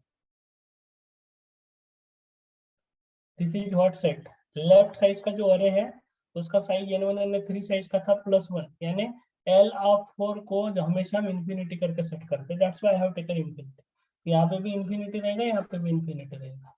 अब पॉइंटर कहाँ पे? इंफिनिटी पे और 14 पे। बताइए इंफिनिटी और 14 में से स्मॉल कौन है? 14। तो 14 विल गेट कॉपीड हियर। तो इस तरीके से ये वाली लिस्ट सॉर्टेड बनी या नहीं बनी? अरे सॉर्टेड अरे बना या नहीं बना? Yes, sir. तो this is what the role of this merge procedure. Simply आपको कॉन्सेप्ट समझ गया ना, मर्ज प्रोसीजर क्या करता है? नोबडी विल आस्क यू ये कैसे वर्क करेगा करके, लेकिन मर्ज कैसे वर्क करता है ये समझा ना। तो मर्ज प्रोसीजर बेसिकली इस तरीके से वर्क करेगा। तो अभी हमने देखा था यहाँ पे मर्ज का सूडो कोड और ये मर्ज कैसे करेगा वो देखा था। अब जरा ध्यान दो, इसी चीज को हम एक एग्जाम्पल के थ्रू समझेंगे। तो हमने यहाँ पे एक एग्जाम्पल लिया है और इस एग्जाम्पल के ऊपर हमें मर्ज सॉर्ट अप्लाई करना है। तो हमने एक एरे लिया है और इस एरे के ऊपर अगर हम मर्ज सॉर्ट अप्लाई करेंगे तो पहला मर्ज सॉर्ट, यहाँ पे p की वैल्यू क्या है? 1 और r की वैल्यू क्या है? 6। एलिमेंट सॉर्टेड है क्या? अरे सॉर्टेड दिया आपका? नो। तो here we have to apply the merge sort. तो यहाँ पे हम पहला फंक्शन कॉल अप्लाई करेंगे मर्ज सॉर्ट। अरे का नाम a, क्योंकि मर्ज सॉर्ट ये p क्या है बेटा? 1 और r क्या है आपका? 6। यानी ये पूरे अरे के लिए अपने मर्ज सॉर्ट कॉल किया। वेरी फर्स्ट आप चेक करेंगे p लेस देन r है क्या? अरे p लेस देन r है क्या? 1 is less then 6? Yes. Yes, 1 is less then 6 और 1 इज लेस देन 6 अगर है तो आपको क्यू कैलकुलेट करना पड़ेगा। Therefore here you have to go for computation of Q. Q कैसे कैलकुलेट करेंगे? Q will be equals to 1 + 6/2। 7/2 बोले तो 3, यस और नो? 7/2 बोले तो 3। तो अभी आपका एक मर्ज सॉर्ट जो था, ये एक मर्ज सॉर्ट जो था वो मर्ज सॉर्ट को 2 बार कॉल करेगा। पहला मर्ज सॉर्ट कहाँ से? APQ तक के। इसलिए यहाँ पे पहला मर्ज सॉर्ट जो रहेगा that will B merge sort APQ। P कितना है बेटा? 1 और Q कितना है आपका? 3। तो मर्ज सॉर्ट जो रहेगा ये 1 3 तक के लिए रहेगा, यानी यहाँ से लेके यहाँ तक इसके ऊपर एक मर्ज सॉर्ट अप्लाई करोगे। और दूसरा मर्ज सॉर्ट जो रहेगा that merge sort will be for a q plus 1 बोले तो 4 and r बोले तो 6। तो इसको आप अलग से सॉल्व करोगे। तो आपका जो गिवन प्रॉब्लम था ये 2 सब प्रॉब्लम में डिवाइड हुआ कि नहीं हुआ? बताओ। Yes. यस। तो this is what called as divide. अब इसको आप अलग से सॉल्व करोगे, इसको आप अलग से सॉल्व करोगे। तो फिर से जैसे इसके लिए अगर आप सॉल्व करते हो तो इसके लिए सॉल्व करते हो क्या करोगे बेटा? इस पर्टिकुलर के लिए फिर से आपको चेक करना पड़ेगा। इस पर्टिकुलर प्रॉब्लम को सॉल्व करोगे तो आपका p कौन हो जाएगा? ये हो जाएगा। और r कौन हो जाएगा? ये हो जाएगा 3। सिंगल साइज का एलिमेंट है क्या? अरे है क्या? नहीं है। नहीं है यानी 1 इज लेस देन 3 ये कंडीशन आपकी ट्रू आएगी और ये कंडीशन ट्रू है तो आपको q कैलकुलेट करना पड़ेगा। तो q क्या होगा? 1 + 3/2 यानी क्या हो जाएगा? 2। तो अभी आपका अरे फिर से दो पार्ट में डिवाइड हो जाएगा। मर्ज सॉर्ट यहाँ पे है, merge sort A 1 to Q, 1 और Q कितना मिला है 2, तो 1 to 2। इस चीज को मैं थोड़ा सा अलग इनसे इंडिकेट करता हूँ। 1 to 2 बोले तो आपका ये एक प्रॉब्लम बन जाएगा, और दूसरा प्रॉब्लम बनेगा यहाँ पे merge sort Q + 1 to R। Q + 1 बोले तो कितना होगा 2 + 1 3, तो A 3 3, तो ये सिंगल साइज का array बनेगा। यहाँ तक समझा? हाँ है ना? हेलो, yes, सेम चीज यहाँ पे भी होगी बेटा। यहाँ पे भी ये कैलकुलेट करेगा, क्या करेगा, यहाँ पे फिर से क्यों कैलकुलेट करेगा 4 + 6/2 यानी 10/2 दैट इज 5। तो 4 to 5 एक अरे बनेगा और ये अलग अरे बनेगा, तो सबको इंडिविजुअली सॉल्व करने वाले हैं। तो अल्टीमेटली इस प्रॉब्लम को अगर हम सॉल्व करेंगे तो सॉल्व करते हो किस तरीके से डिवाइड कर रहा है, समझ में आ रहा है ना? हाँ है ना? हेलो, आवाज आ रही बेटा?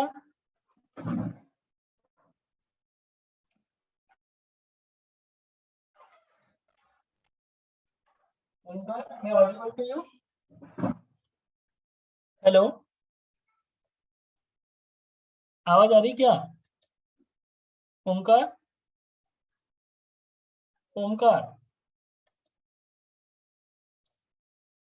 So in this way, this procedure will be goes on. Now we have to go for the analysis of merge sort. Omkar, may I audible to hello, you? हाँ, hello, may I audible to you? yes sir, yes, Yeah. So now we have to go for the complexity analysis of merge sort.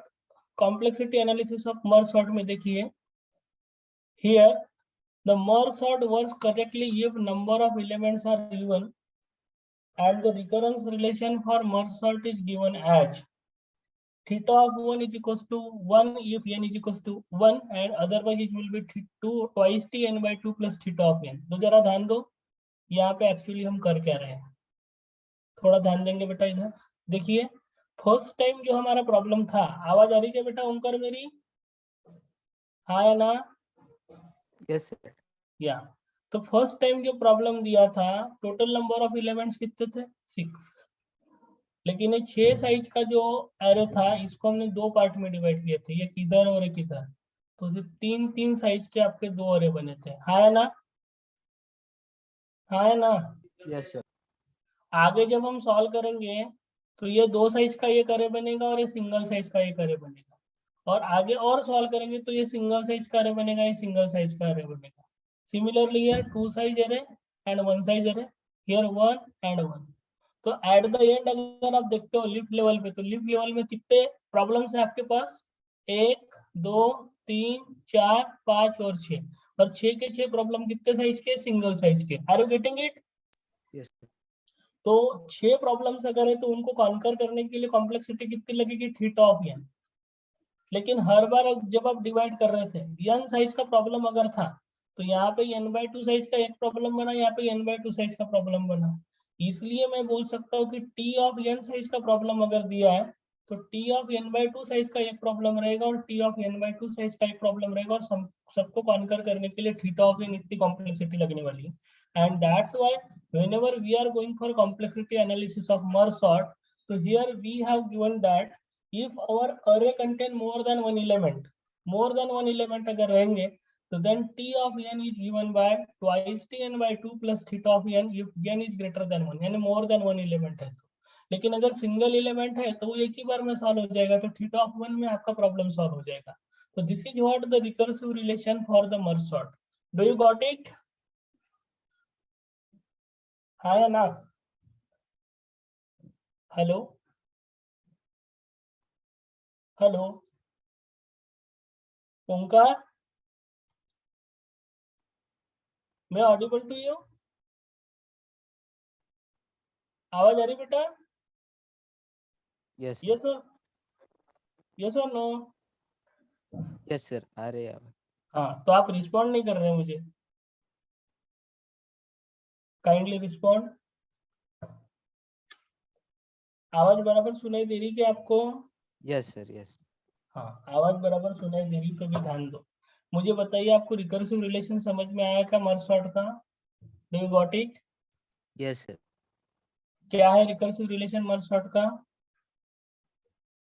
Merge sort का recursive relation क्या है? Merge sort का recursive relation है T of N will be equal to theta of one. कब? जब आपका array single size का है, when your array is of single size. और मल्टीपल साइज का अरे अगर है तो means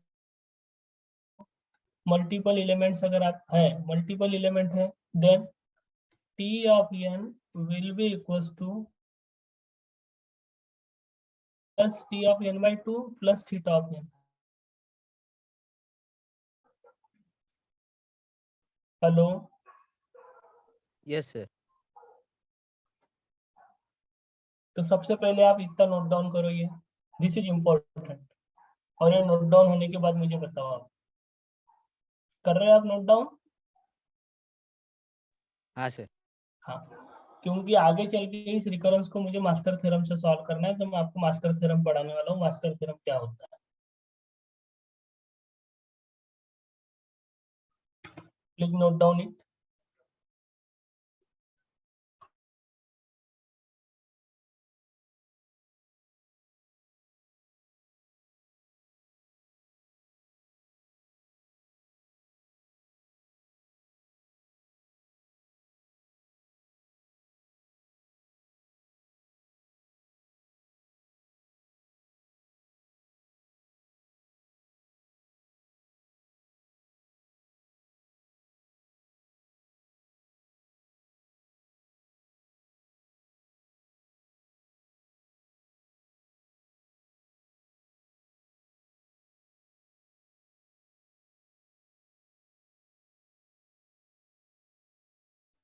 done sir.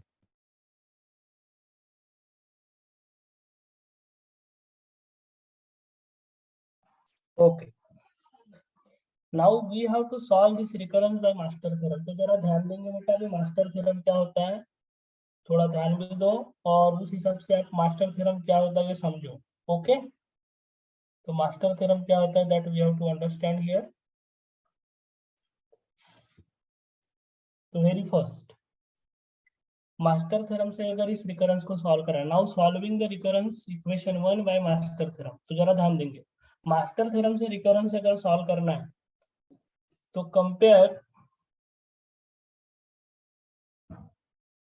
Compare given recurrence with general format of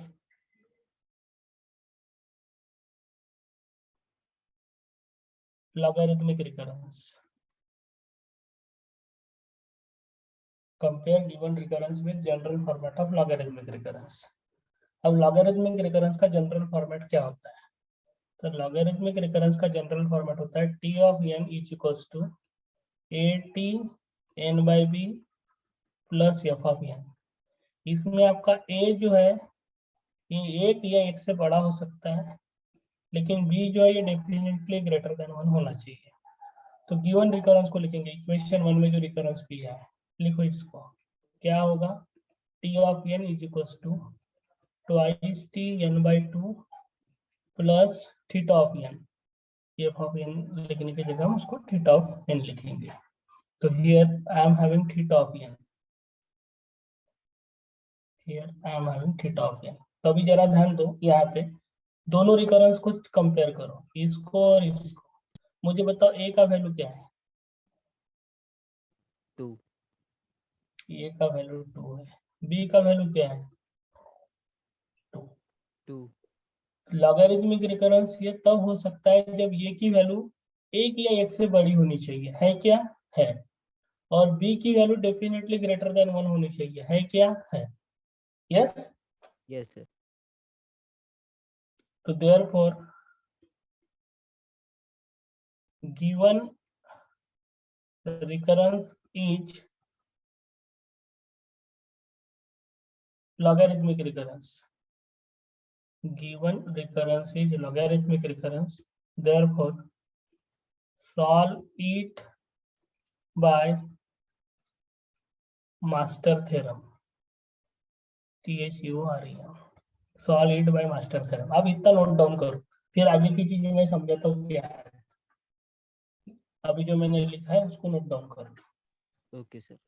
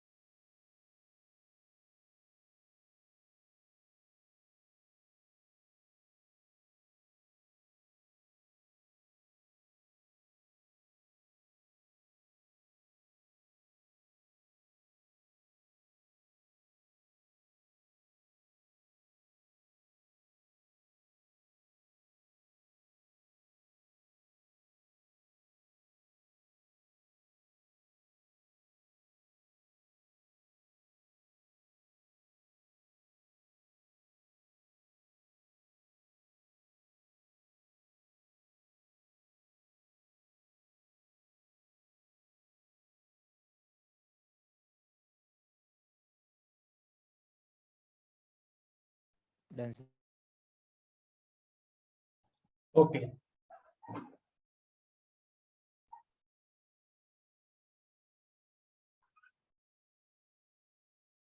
अभी यहाँ हमको पता चल गया कि हमारा रिकरेंस मास्टर थ्योरम से हम सॉल्व कर सकते हैं, क्योंकि अभी कॉन्सेप्ट ये है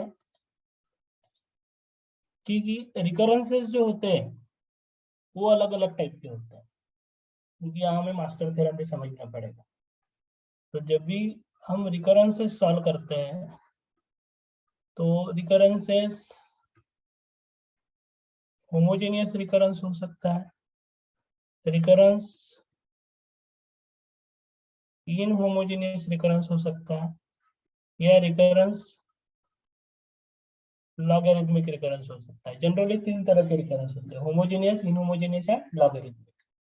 तो होमोजेनियस रिकरेंस सॉल्व करने के अपने अलग अलग टेक्निक्स है, इनहोमोजेनियस रिकरेंस सॉल्व करने के अपने अलग अलग टेक्निक्स है, और लॉगरिथमिक रिकरेंस सॉल्व करने के भी काफी सारे टेक्निक है, और इनमें से बेस्ट मेथड जो है वो है मास्टर थ्योरम। इसलिए लॉगरिथमिक रिकरेंस को सॉल्व करने का आसान तरीका जो होता है वो होता है master theorem, and therefore we are solving this recurrence by master theorem. तो आपको अभी तो समझ में आया ना कि मास्टर थ्योरम क्यों यूज कर रहे हैं, हाँ या ना? Yes sir. क्यों यूज कर रहे हैं मास्टर थ्योरम, हम बताओ तो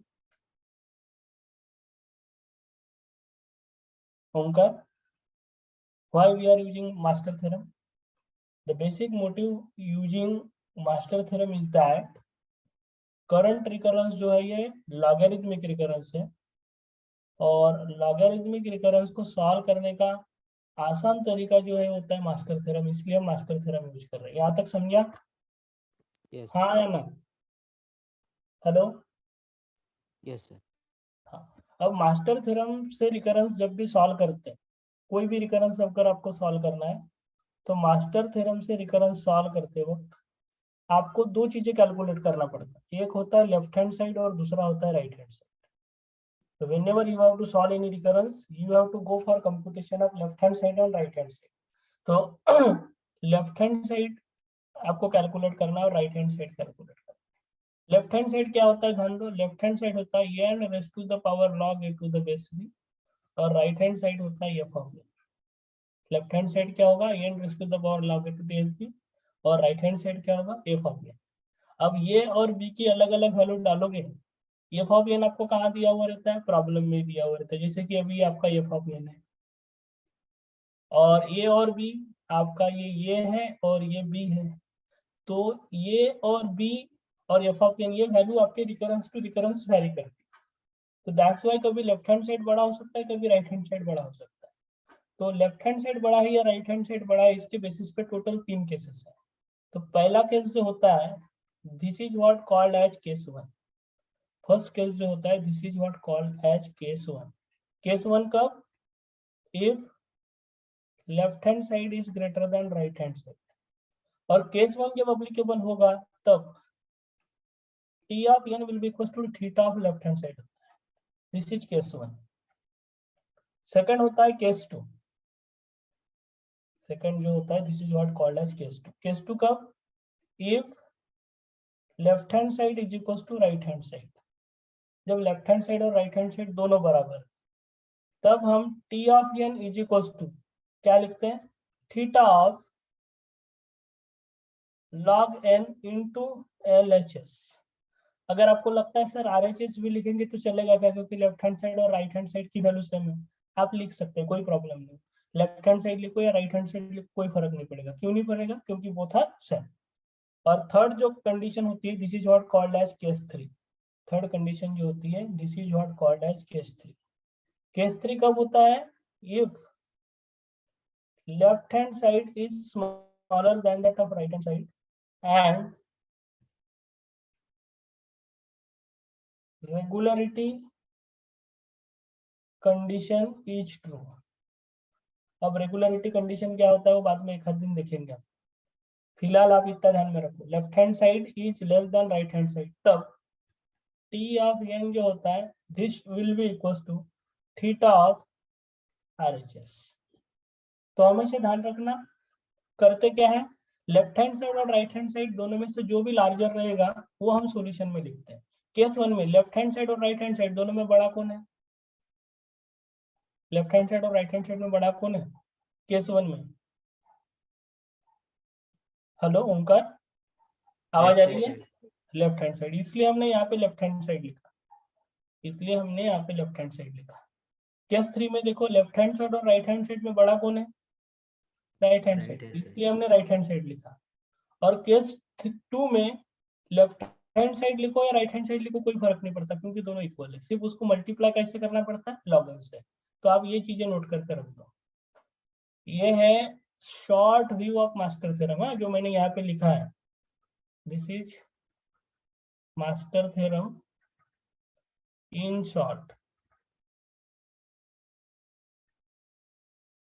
ये किसी किताब में नहीं लिखा हुआ है, this is what my shortcut in short. Left hand side बड़ा रहेगा, राइट हैंड साइड बड़ा रहेगा, you will never found in any book। This is what I have derived।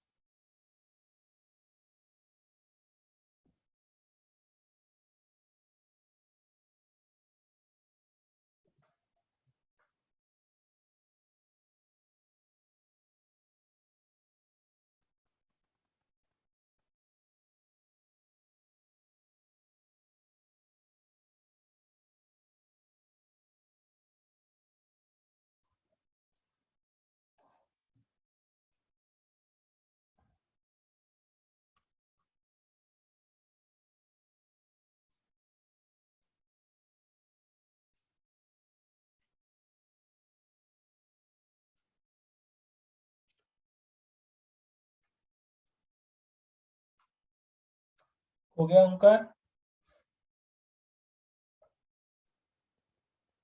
Yes, hello, sir. Yes, sir. Erase करूं मैं? Yes, sir.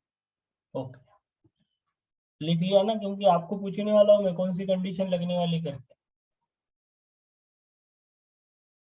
तो अभी तक आपने जो प्रॉब्लम सॉल्व किया है, अभी हम सॉल्व करेंगे गिवन रिकरेंस को बाय यूजिंग मास्टर थ्योरम। तो इस रिकरेंस में ए की वैल्यू क्या मिली बेटा हमको? आपके पास लिखा हुआ है, what is the value of A V 2, got? A is equals to 2, value of B 2, and F of N theta. Theta. अब हम क्या करेंगे, तो left right hand side calculate करते हैं। लेफ्ट हैंड साइड क्या होता है? A to the base B, और राइट हैंड साइड जो रहेगा that will be F of N. तो N log a to the base b, log 2 to the base 2, log 2 to the base 2। जब जिस चीज की log निकालना है उसका बेस अगर सेम है तो आंसर क्या रहता है? 1 रहता है। तो it will be equal to n raise to power 1। You got it? Yes, sir. और अगर आपको कैलकुलेट करते नहीं आता है तो आपके कैलकुलेटर में log 2 log का बटन होगा, तो log 2 डिवाइडेड बाय log 2 ऐसा कैलकुलेट अगर आप करेंगे तो आपको पता चल जाएगा log टू द बेस 2। तो this value comes out 1। Getting it? Yes. Okay, तो अभी आपने log कैलकुलेट कर दिया, this is n raise to the power 1। Then here we have to compute f of n। f of n क्या है? Theta of n। Theta of n का मतलब होता है n। तो हियर राइट हैंड साइड में है हमारे पास n यानी क्या? n raise to the power 1। अब क्या है बेटा रिलेशन? लेफ्ट हैंड साइड में भी n raise to the power है, राइट हैंड साइड में भी n raise to the power है, तो left hand side is equal to right hand side है क्या नहीं? Yes, sir. Therefore left hand side is equal to right hand side. तो master theorem का कौन सा केस एप्लीकेबल रहेगा? Case 2. Therefore case 2 of master theorem is applicable. Case 2 of master theorem is applicable. Therefore, T of n will be equals to theta। क्या देखा था हमने? log n into Log n LHS। into LH. तो theta log n into LHS की value क्या है? n raise to the power. 10 test. इसी को मैं ऐसा लिख सकता हूँ, theta of n log n। ये वाले n को मैंने पहले लिखा और ये log n को बाद में लिखा। Yes, sir. इसलिए मर्ज सॉर्ट की कॉम्प्लेक्सिटी जो रहेगी वो कितनी रहेगी? n log n। Got it? Yes, sir. Note down.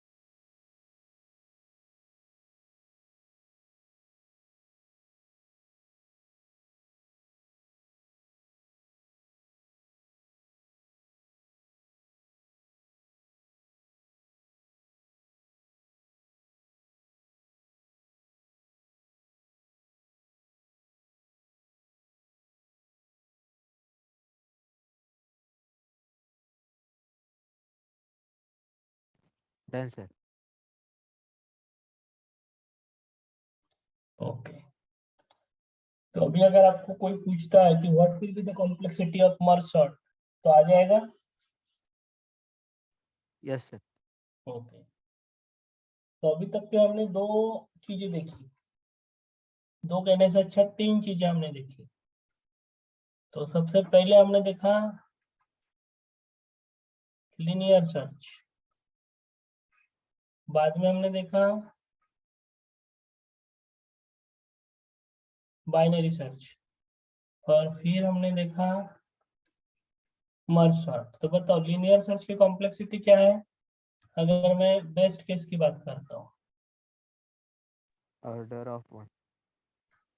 Binary search same. अगर हम वर्स्ट केस की बात करते हैं तो complexity order of n linear and binary search log to n। अब merge sort best case worst case होता ही नहीं है। मर्ज सॉर्ट में बेस्ट केस और वर्स्ट केस होता ही नहीं है। क्यों? क्योंकि मर्ज सॉर्ट चाहे बेस्ट केस हो या वर्स्ट केस हो सेम तरीके से वर्क करता है, उसका स्ट्रेटेजी बिल्कुल फिक्स्ड है। इसलिए मर्ज सॉर्ट की बेस्ट केस कॉम्प्लेक्सिटी अगर आप कैलकुलेट करते हो that will be theta of n log n, worst case भी कैलकुलेट करेंगे तो that will be theta of n log n। तो मर्ज सॉर्ट की कॉम्प्लेक्सिटी हमेशा theta of n log n रहेगी, चाहे बेस्ट केस हो या वर्स्ट केस हो। Got it? Yes sir। Okay, now we have 15 minutes. तो 15 मिनट्स में क्विक शॉट हम जितना हो सकता है उतना कंप्लीट करते हैं। Okay okay sir. या जो भी चीज कंप्लीट हो सकती है वो हम क्विक शॉट की कंप्लीमेंट। अभी देखो हम जा रहे हैं क्विक शॉट के लिए। क्विक शॉट क्या है जरा ध्यान दो। बाइनरी हम अगर मर्ज शॉट की बात करेंगे तो मर्ज शॉट में क्या हो रहा था,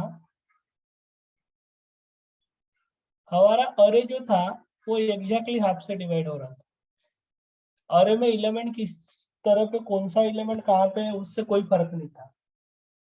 I mean to say कि in which particular fashion elements are given in my array that was not affecting the performance of a merge sort। किसी भी तरीके से एलिमेंट दिया हो कोई फर्क नहीं पड़ता था, और यही एक रीजन था जिस वजह से मर्ज सॉर्ट में बेस्ट केस या वर्स्ट केस का कॉन्सेप्ट नहीं था।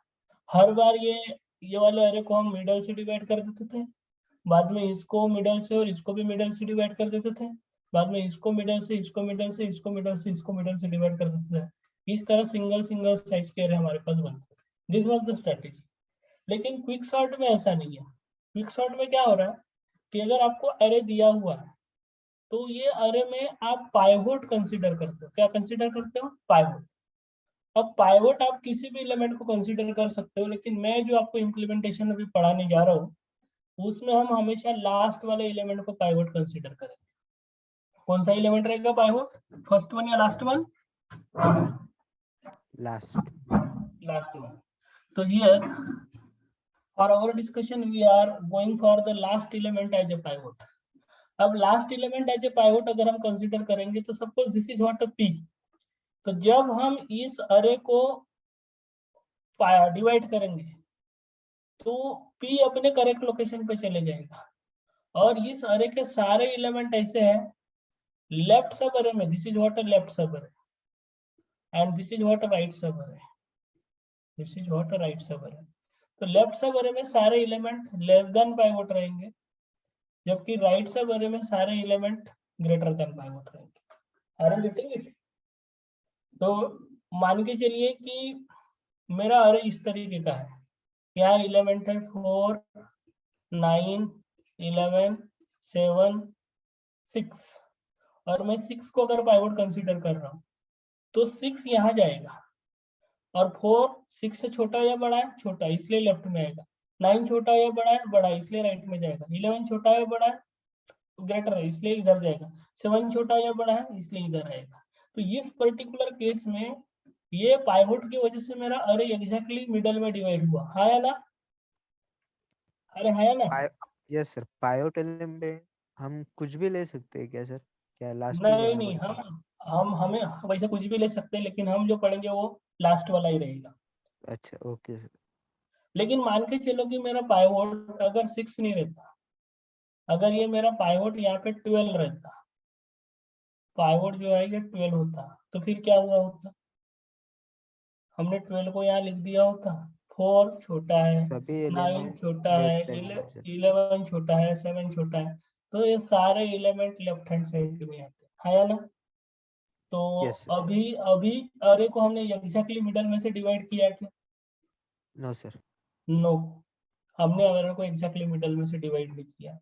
तो इस तरह की सिचुएशन हो सकती थी, and this will be the worst case for quick sort. ये क्विक सॉर्ट का वर्स्ट केस हो सकता है, and this will be treated as the best case of quick sort.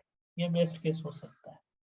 अरे एग्जैक्टली मिडल में से डिवाइड हो रहा है तो this is best case of quick sort, और अरे एग्जैक्टली मिडल में से डिवाइड नहीं हो रहा है तो दिस इज व्हाट, एक सिंगल एलिमेंट ही अगर जा रहा है तो this is what called as worst case of quick sort. तो अभी मुझे बताओ, अगर मेरा एलिमेंट डेटा इस तरीके से दिया है 4 6 11 13 17, तो ये बेस्ट केस होगा या वर्स्ट केस होगा क्विक सॉर्ट का?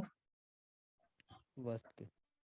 पहले 17 अकेले निकला होता, बाद में ये रह रहे थे, बाद में 13 अकेले निकला होता, बाद में ये रह रहे थे, फिर 11 अकेले निकला होता, फिर ये रह रहे थे, बाद में 6 अकेले निकला होता, फिर 4 ये रह रहता। तो अभी मुझे बताओ, मेरा डेटा ऑलरेडी सॉर्टेड है या नहीं है?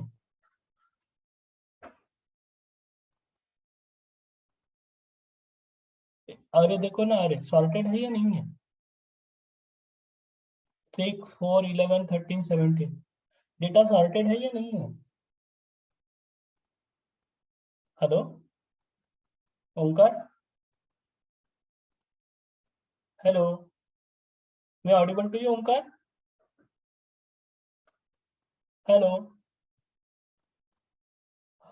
Hello, hello,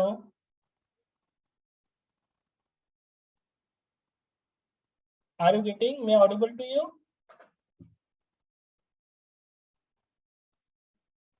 kindly reply. Hello, मैं ऑडिबल टू यू और not? Hello, hello, hello, hello, मैं ऑडिबल? चैट बॉक्स में टेक्स्ट करो,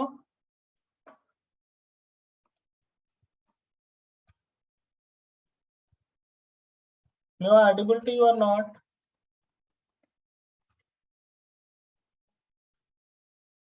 हेलो,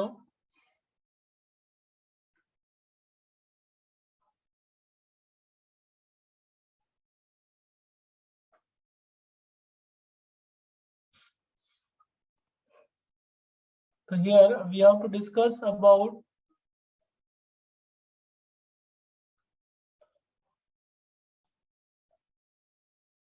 तो जस्ट लिसन, हम डिस्कस कर रहे थे worst case of quick sort या best case of quick sort के बारे में।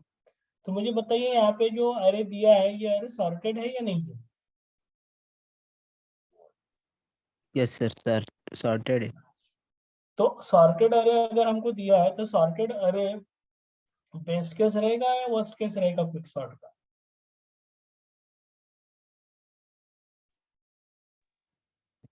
क्विक सॉर्ट के अरे लिए तो वर्स्ट केस आपको रहेगा। दिया है तो ये बेस्ट केस रहेगा या वर्स्ट केस रहेगा? हाँ, वर्स्ट केस रहेगा। हेलो, वर्स्ट केस रहेगा सर। वर्स्ट केस रहेगा। तो बेसिकली हम यही चीज समझ रहे थे कि व्हेनेवर ऑलरेडी सॉर्टेड अरे अगर आपको दिया है तो already sorted array is given to you, already sorted array is given to you, then it will become worst case of quicksort. Are you getting it? Yes Sorted sir. array अगर दिया है तो it will become worst case of quicksort. तो ये quicksort किस तरीके से work करेगा?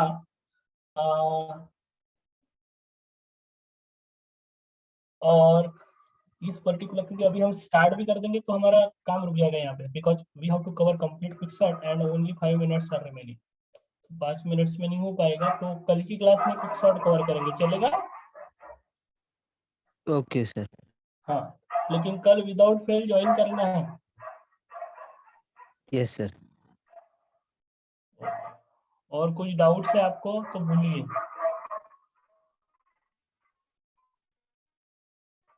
हेलो।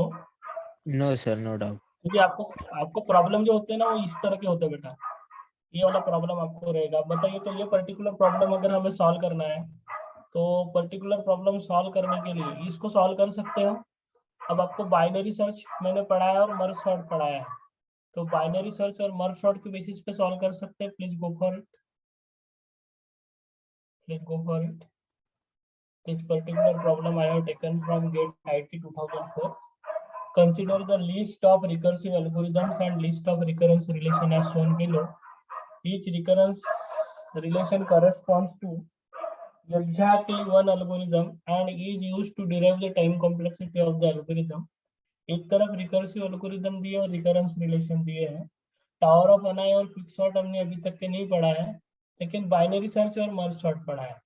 तो क्या बाइनरी सर्च और मर्ज सॉर्ट के लिए आप फाइंड आउट कर सकते हो रिकरेंस रिलेशन क्या रहेगा? हाँ या ना? हेलो। Yes sir. या चेक करो तो बाइनरी सर्च के लिए क्या आएगा।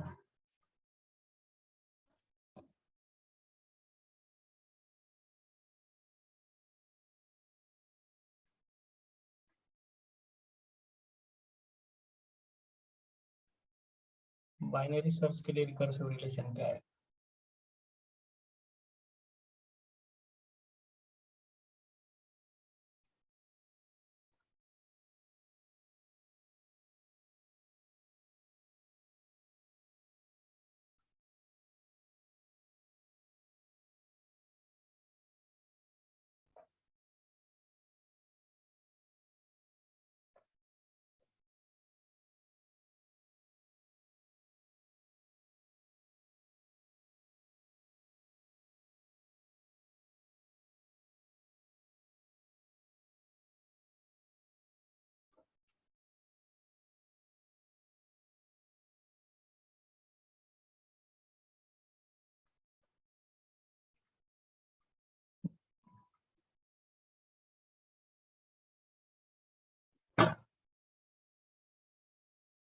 देखो बेटा, इधर बाइनरी सर्च कैसे वर्क करेगा।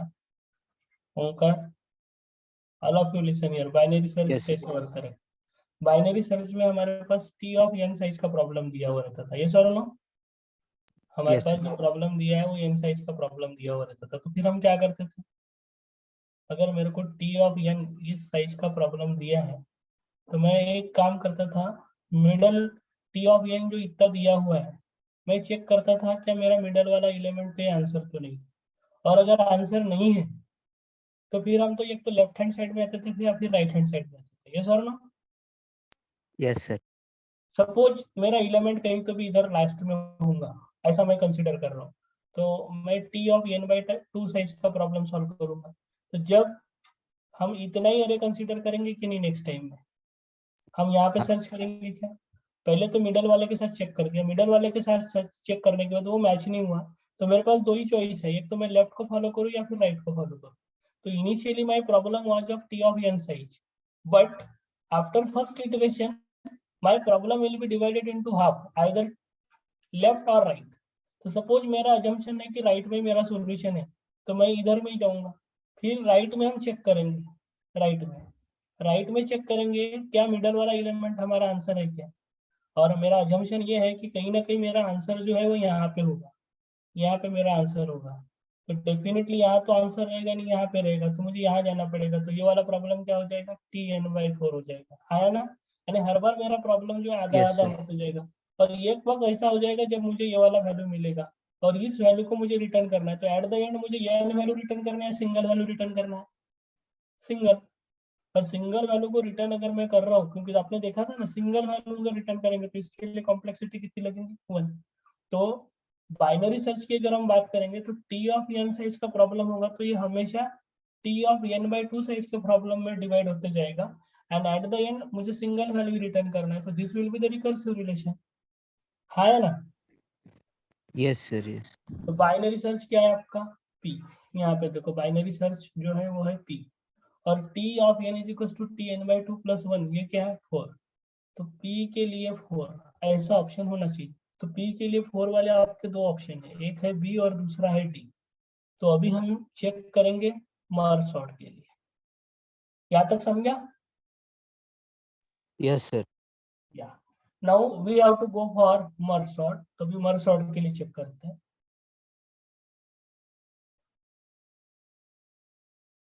मर्ज सॉर्ट का रिकर्सिव रिलेशन अभी बीच आपने देखा था, याद आ रहा है आपको उनका? Yes, sir. या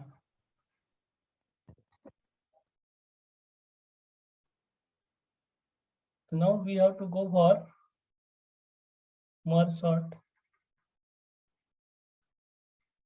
मर्ज सॉर्ट का हमारा कॉन्सेप्ट ये था कि पहले टी ऑफ एन साइज का प्रॉब्लम दिया हुआ रहता था, और T of N size single size का प्रॉब्लम अगर नहीं है तो हम इस प्रॉब्लम को दो प्रॉब्लम में डिवाइड कर देते। एक था T of N by two का, बाद में था T of N by two का। इस तरीके से ये प्रोसेस चलती थी, कब तक, जब तक कि सिंगल साइज के एन प्रॉब्लम्स नहीं बनते।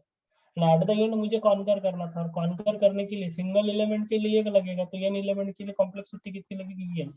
तो अभी टी ऑफ एन कैसा लिख सकते हैं, T of N will be equal to T of N by two plus T of N by two, और लास्ट में कॉन्कर करने के लिए एन। तो this is nothing but twice T N by two plus n. अब merge sort अगर बोला तो मर्ज सॉर्ट को इन्होंने लिखा है क्यू, तो here there should be Q, और twice T N by two plus N ऐसा है क्या, तो ये देखो twice two N by two plus C N यानी कांस्टेंट वैल्यू, तो ये लिखा जा सकता है, क्योंकि कभी थीटा ऑफ एन लिखते हैं, इसको सी ऑफ सी एन ऐसा भी लिखा जा सकता है। गेटिंग इट, असिम्प्टोटिकली उस चीज को लिखते हैं, तो कांस्टेंट वैल्यू के साथ थीटा जब हटाना पड़ता है तो हमें सी लिखना पड़ता है, एंड दैट्स व्हाई क्यू के लिए आंसर रहेगा 3। तो for Q it should be equals to 3। तो आप ऐसा ऑप्शन देखो, जब P था तो P के लिए 4 था, P के लिए 4 और Q के लिए 3। P के लिए 4 और Q के लिए 3 कोई है क्या? P के लिए 4 और Q के लिए 3। तो इतने बेसिस पे आपने इस प्रॉब्लम को सॉल्व किया दिया, तो आपका आंसर क्या होना चाहिए? Option Option B. B. Without having the idea of quicksort and tower of Hanoi, मैंने यहाँ पे इस पर्टिकुलर प्रॉब्लम को सॉल्व कर दिया। Is it clear? Yes, sir. तो इससे कुछ इंटरेस्टिंग प्रॉब्लम्स अगर हमें आगे चल के सॉल्व करना है तो सबसे पहले तो ये सारी चीजें आपको पता होना चाहिए। इसलिए डायरेक्टली गेट प्रॉब्लम में सॉल्व नहीं कर पा रहा, क्योंकि अगर आपको बाइनरी सर्च का रिकर्सिव रिलेशन ही नहीं पता है, क्विकसॉर्ट का रिकर्सिव रिलेशन नहीं पता है, तो आप गेट की प्रॉब्लम को सॉल्व कर सकते हो क्या? नो।